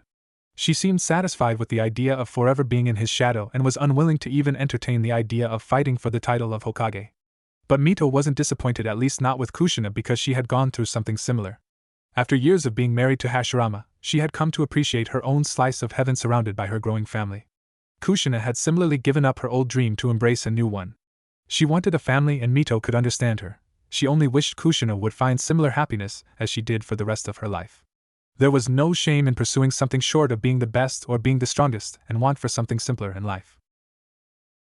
But Naruto was different from them. He had no choice. He would be a shinobi and that was the end of it. He couldn't choose to be a painter, a baker, a merchant, a doctor or anything else. He was doomed to be a shinobi from the day he was born because it was a shinobi who endured and endure he did. He was forced to carry the burden of the Kyuubi as it was thrust upon him without his knowledge, without his consent, and Naruto was left to live with the consequence of it. His whole life written by someone else. The world knew who he was and he would always have to face his status as the container of the mightiest beast. Only in death would he be able to lay down this burden someone else has placed on him. Naruto was already disillusioned with the world. Mito knew that forcing him would one day break him, so she did what she believed to be the best. She trained him to be happy. The world they lived in would make it hard for him to live his life on his own terms. It would be a struggle for him to find his place, and by the end of it, if he was content, if he was happy, he would already be great. Sadly, there were many like him unwittingly thrust into unending conflict, but for whatever reason, she wasn't sure, she couldn't help but believe in him. He was her catalyst to create a world where children wouldn't be reviled for carrying a burden, where people wouldn't be shamed for choosing their comrades over the success of a mission, where genocide wasn't given justification because the village was too strong and needed to be wiped out. She wasn't there to die by her people, and that was her greatest shame. Sometimes she could hear the voices of her kin asking where she was in their time of need. Her time was up and she was afraid of passing on to meet those she had outlived: her clan, her parents, her husband, her children, her grandchildren, and her little brother. She could still remember him following her around when he was little, wanting to spend time with her. Naruto resembled him greatly, as did Kushina. She only wished that Naruto's action, no matter what they might be, would allow her to face her clan and all those she had once sworn to protect but failed to do so. She had told this to Naruto, all of it. She might have been unkind to place the burden such knowledge put on him. It might have been cruel to place such expectations on him, robbing him of his innocence, but she could not deceive him. She could not lie to him, as she loved him too much. She loved him as if he was her own. She had tried to give him as much love and care as she could, but she still felt fear and unease that he would see her using him as a tool, that her affection for him was false. So it was understandable that she had been unbearably happy when the boy, her wonderful boy, had claimed to understand her. His answer as to why was simple as it can be: because he loved her too. And now here she was standing in front of him with only minutes left before she disappeared, and it seemed that Naruto, even after accepting the fact that she would be moving on, could not help himself as tears again started leaking from his eyes. Mito slowly extended her hand, letting it hover mere hair's breadth away from his cheek as if gently cupping it. "Naru, remember what I told you. Live your life freely and don't be sad for too long. After all, your mother, and I along with all the people of Yuzu will be waiting for you to tell us about your life. But I won't see you again for a long time." Naruto hiccuped, rubbing his eyes furiously as if trying to stop himself from crying. "True. You will be living a long and bountiful life, but consider this: when you pass on, our family will be together for eternity.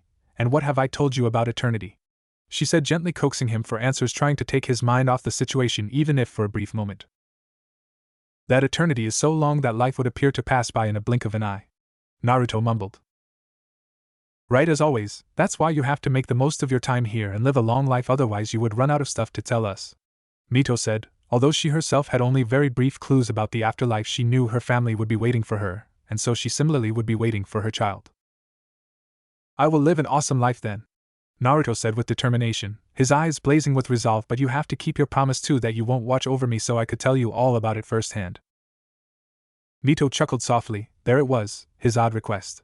He had made her promise that she won't watch over him, as he wanted to tell her all the stories of his life as she had told him hers. "I'll stop myself from doing so, and I'll also try and stop Kushina too, but you know her, she might just sneak a peek," she stated teasingly, eliciting a watery chuckle from him. Sensing her strength fade, she felt it was time to say her goodbye. "Remember, Naru, always stand up for yourself and what you feel is right. Don't waste money, but don't be stingy either. If it makes you happy, I trust you to have good judgment, and when the truth comes out about your furry burden, don't let it define who you are. You are a very brave, kind and intelligent boy. That burden is only a very small part of you. Be proud. Love you." Towards the end her words started getting lost in the void, but Naruto understood. Over the years he had come to appreciate her even more as she had been the only one to equip him with the tools to survive. It was her honest confession that had solidified who he was as a person. If not for her, he would have died long ago or worse, succumbed to his demon. And now it would seem that the world had finally decided to confront him on his status, and it was time for him to fight back. He looked around the area that was littered with blood and crystalline shards, toppled trees turned into husks, and remnants of mangled bodies lying not too far away. He had done well surviving till now, but the longer the fight went on, the more he was in danger of falling. 15 minutes before, Naruto looked towards the source of the sudden barrage of shuriken. The fact they had targeted him rather than all of them, or even one of his companions, could be concerning if it was intentional. Surrender, Konoha-nin.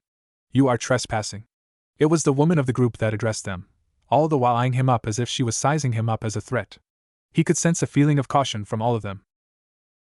Naruto looked at her closely, light blue hair done up in a spiky ponytail, pale skin, dark eyes, bright red lipstick. She looked to be the same age as Kurenai, maybe a year or two younger, in her mid to late 20s. He started cross-referencing anyone with similar characteristics in the bingo books but couldn't find a match from his memory. He didn't try to get a closer look at the other four since they were obscured by the leaves and he couldn't see their faces.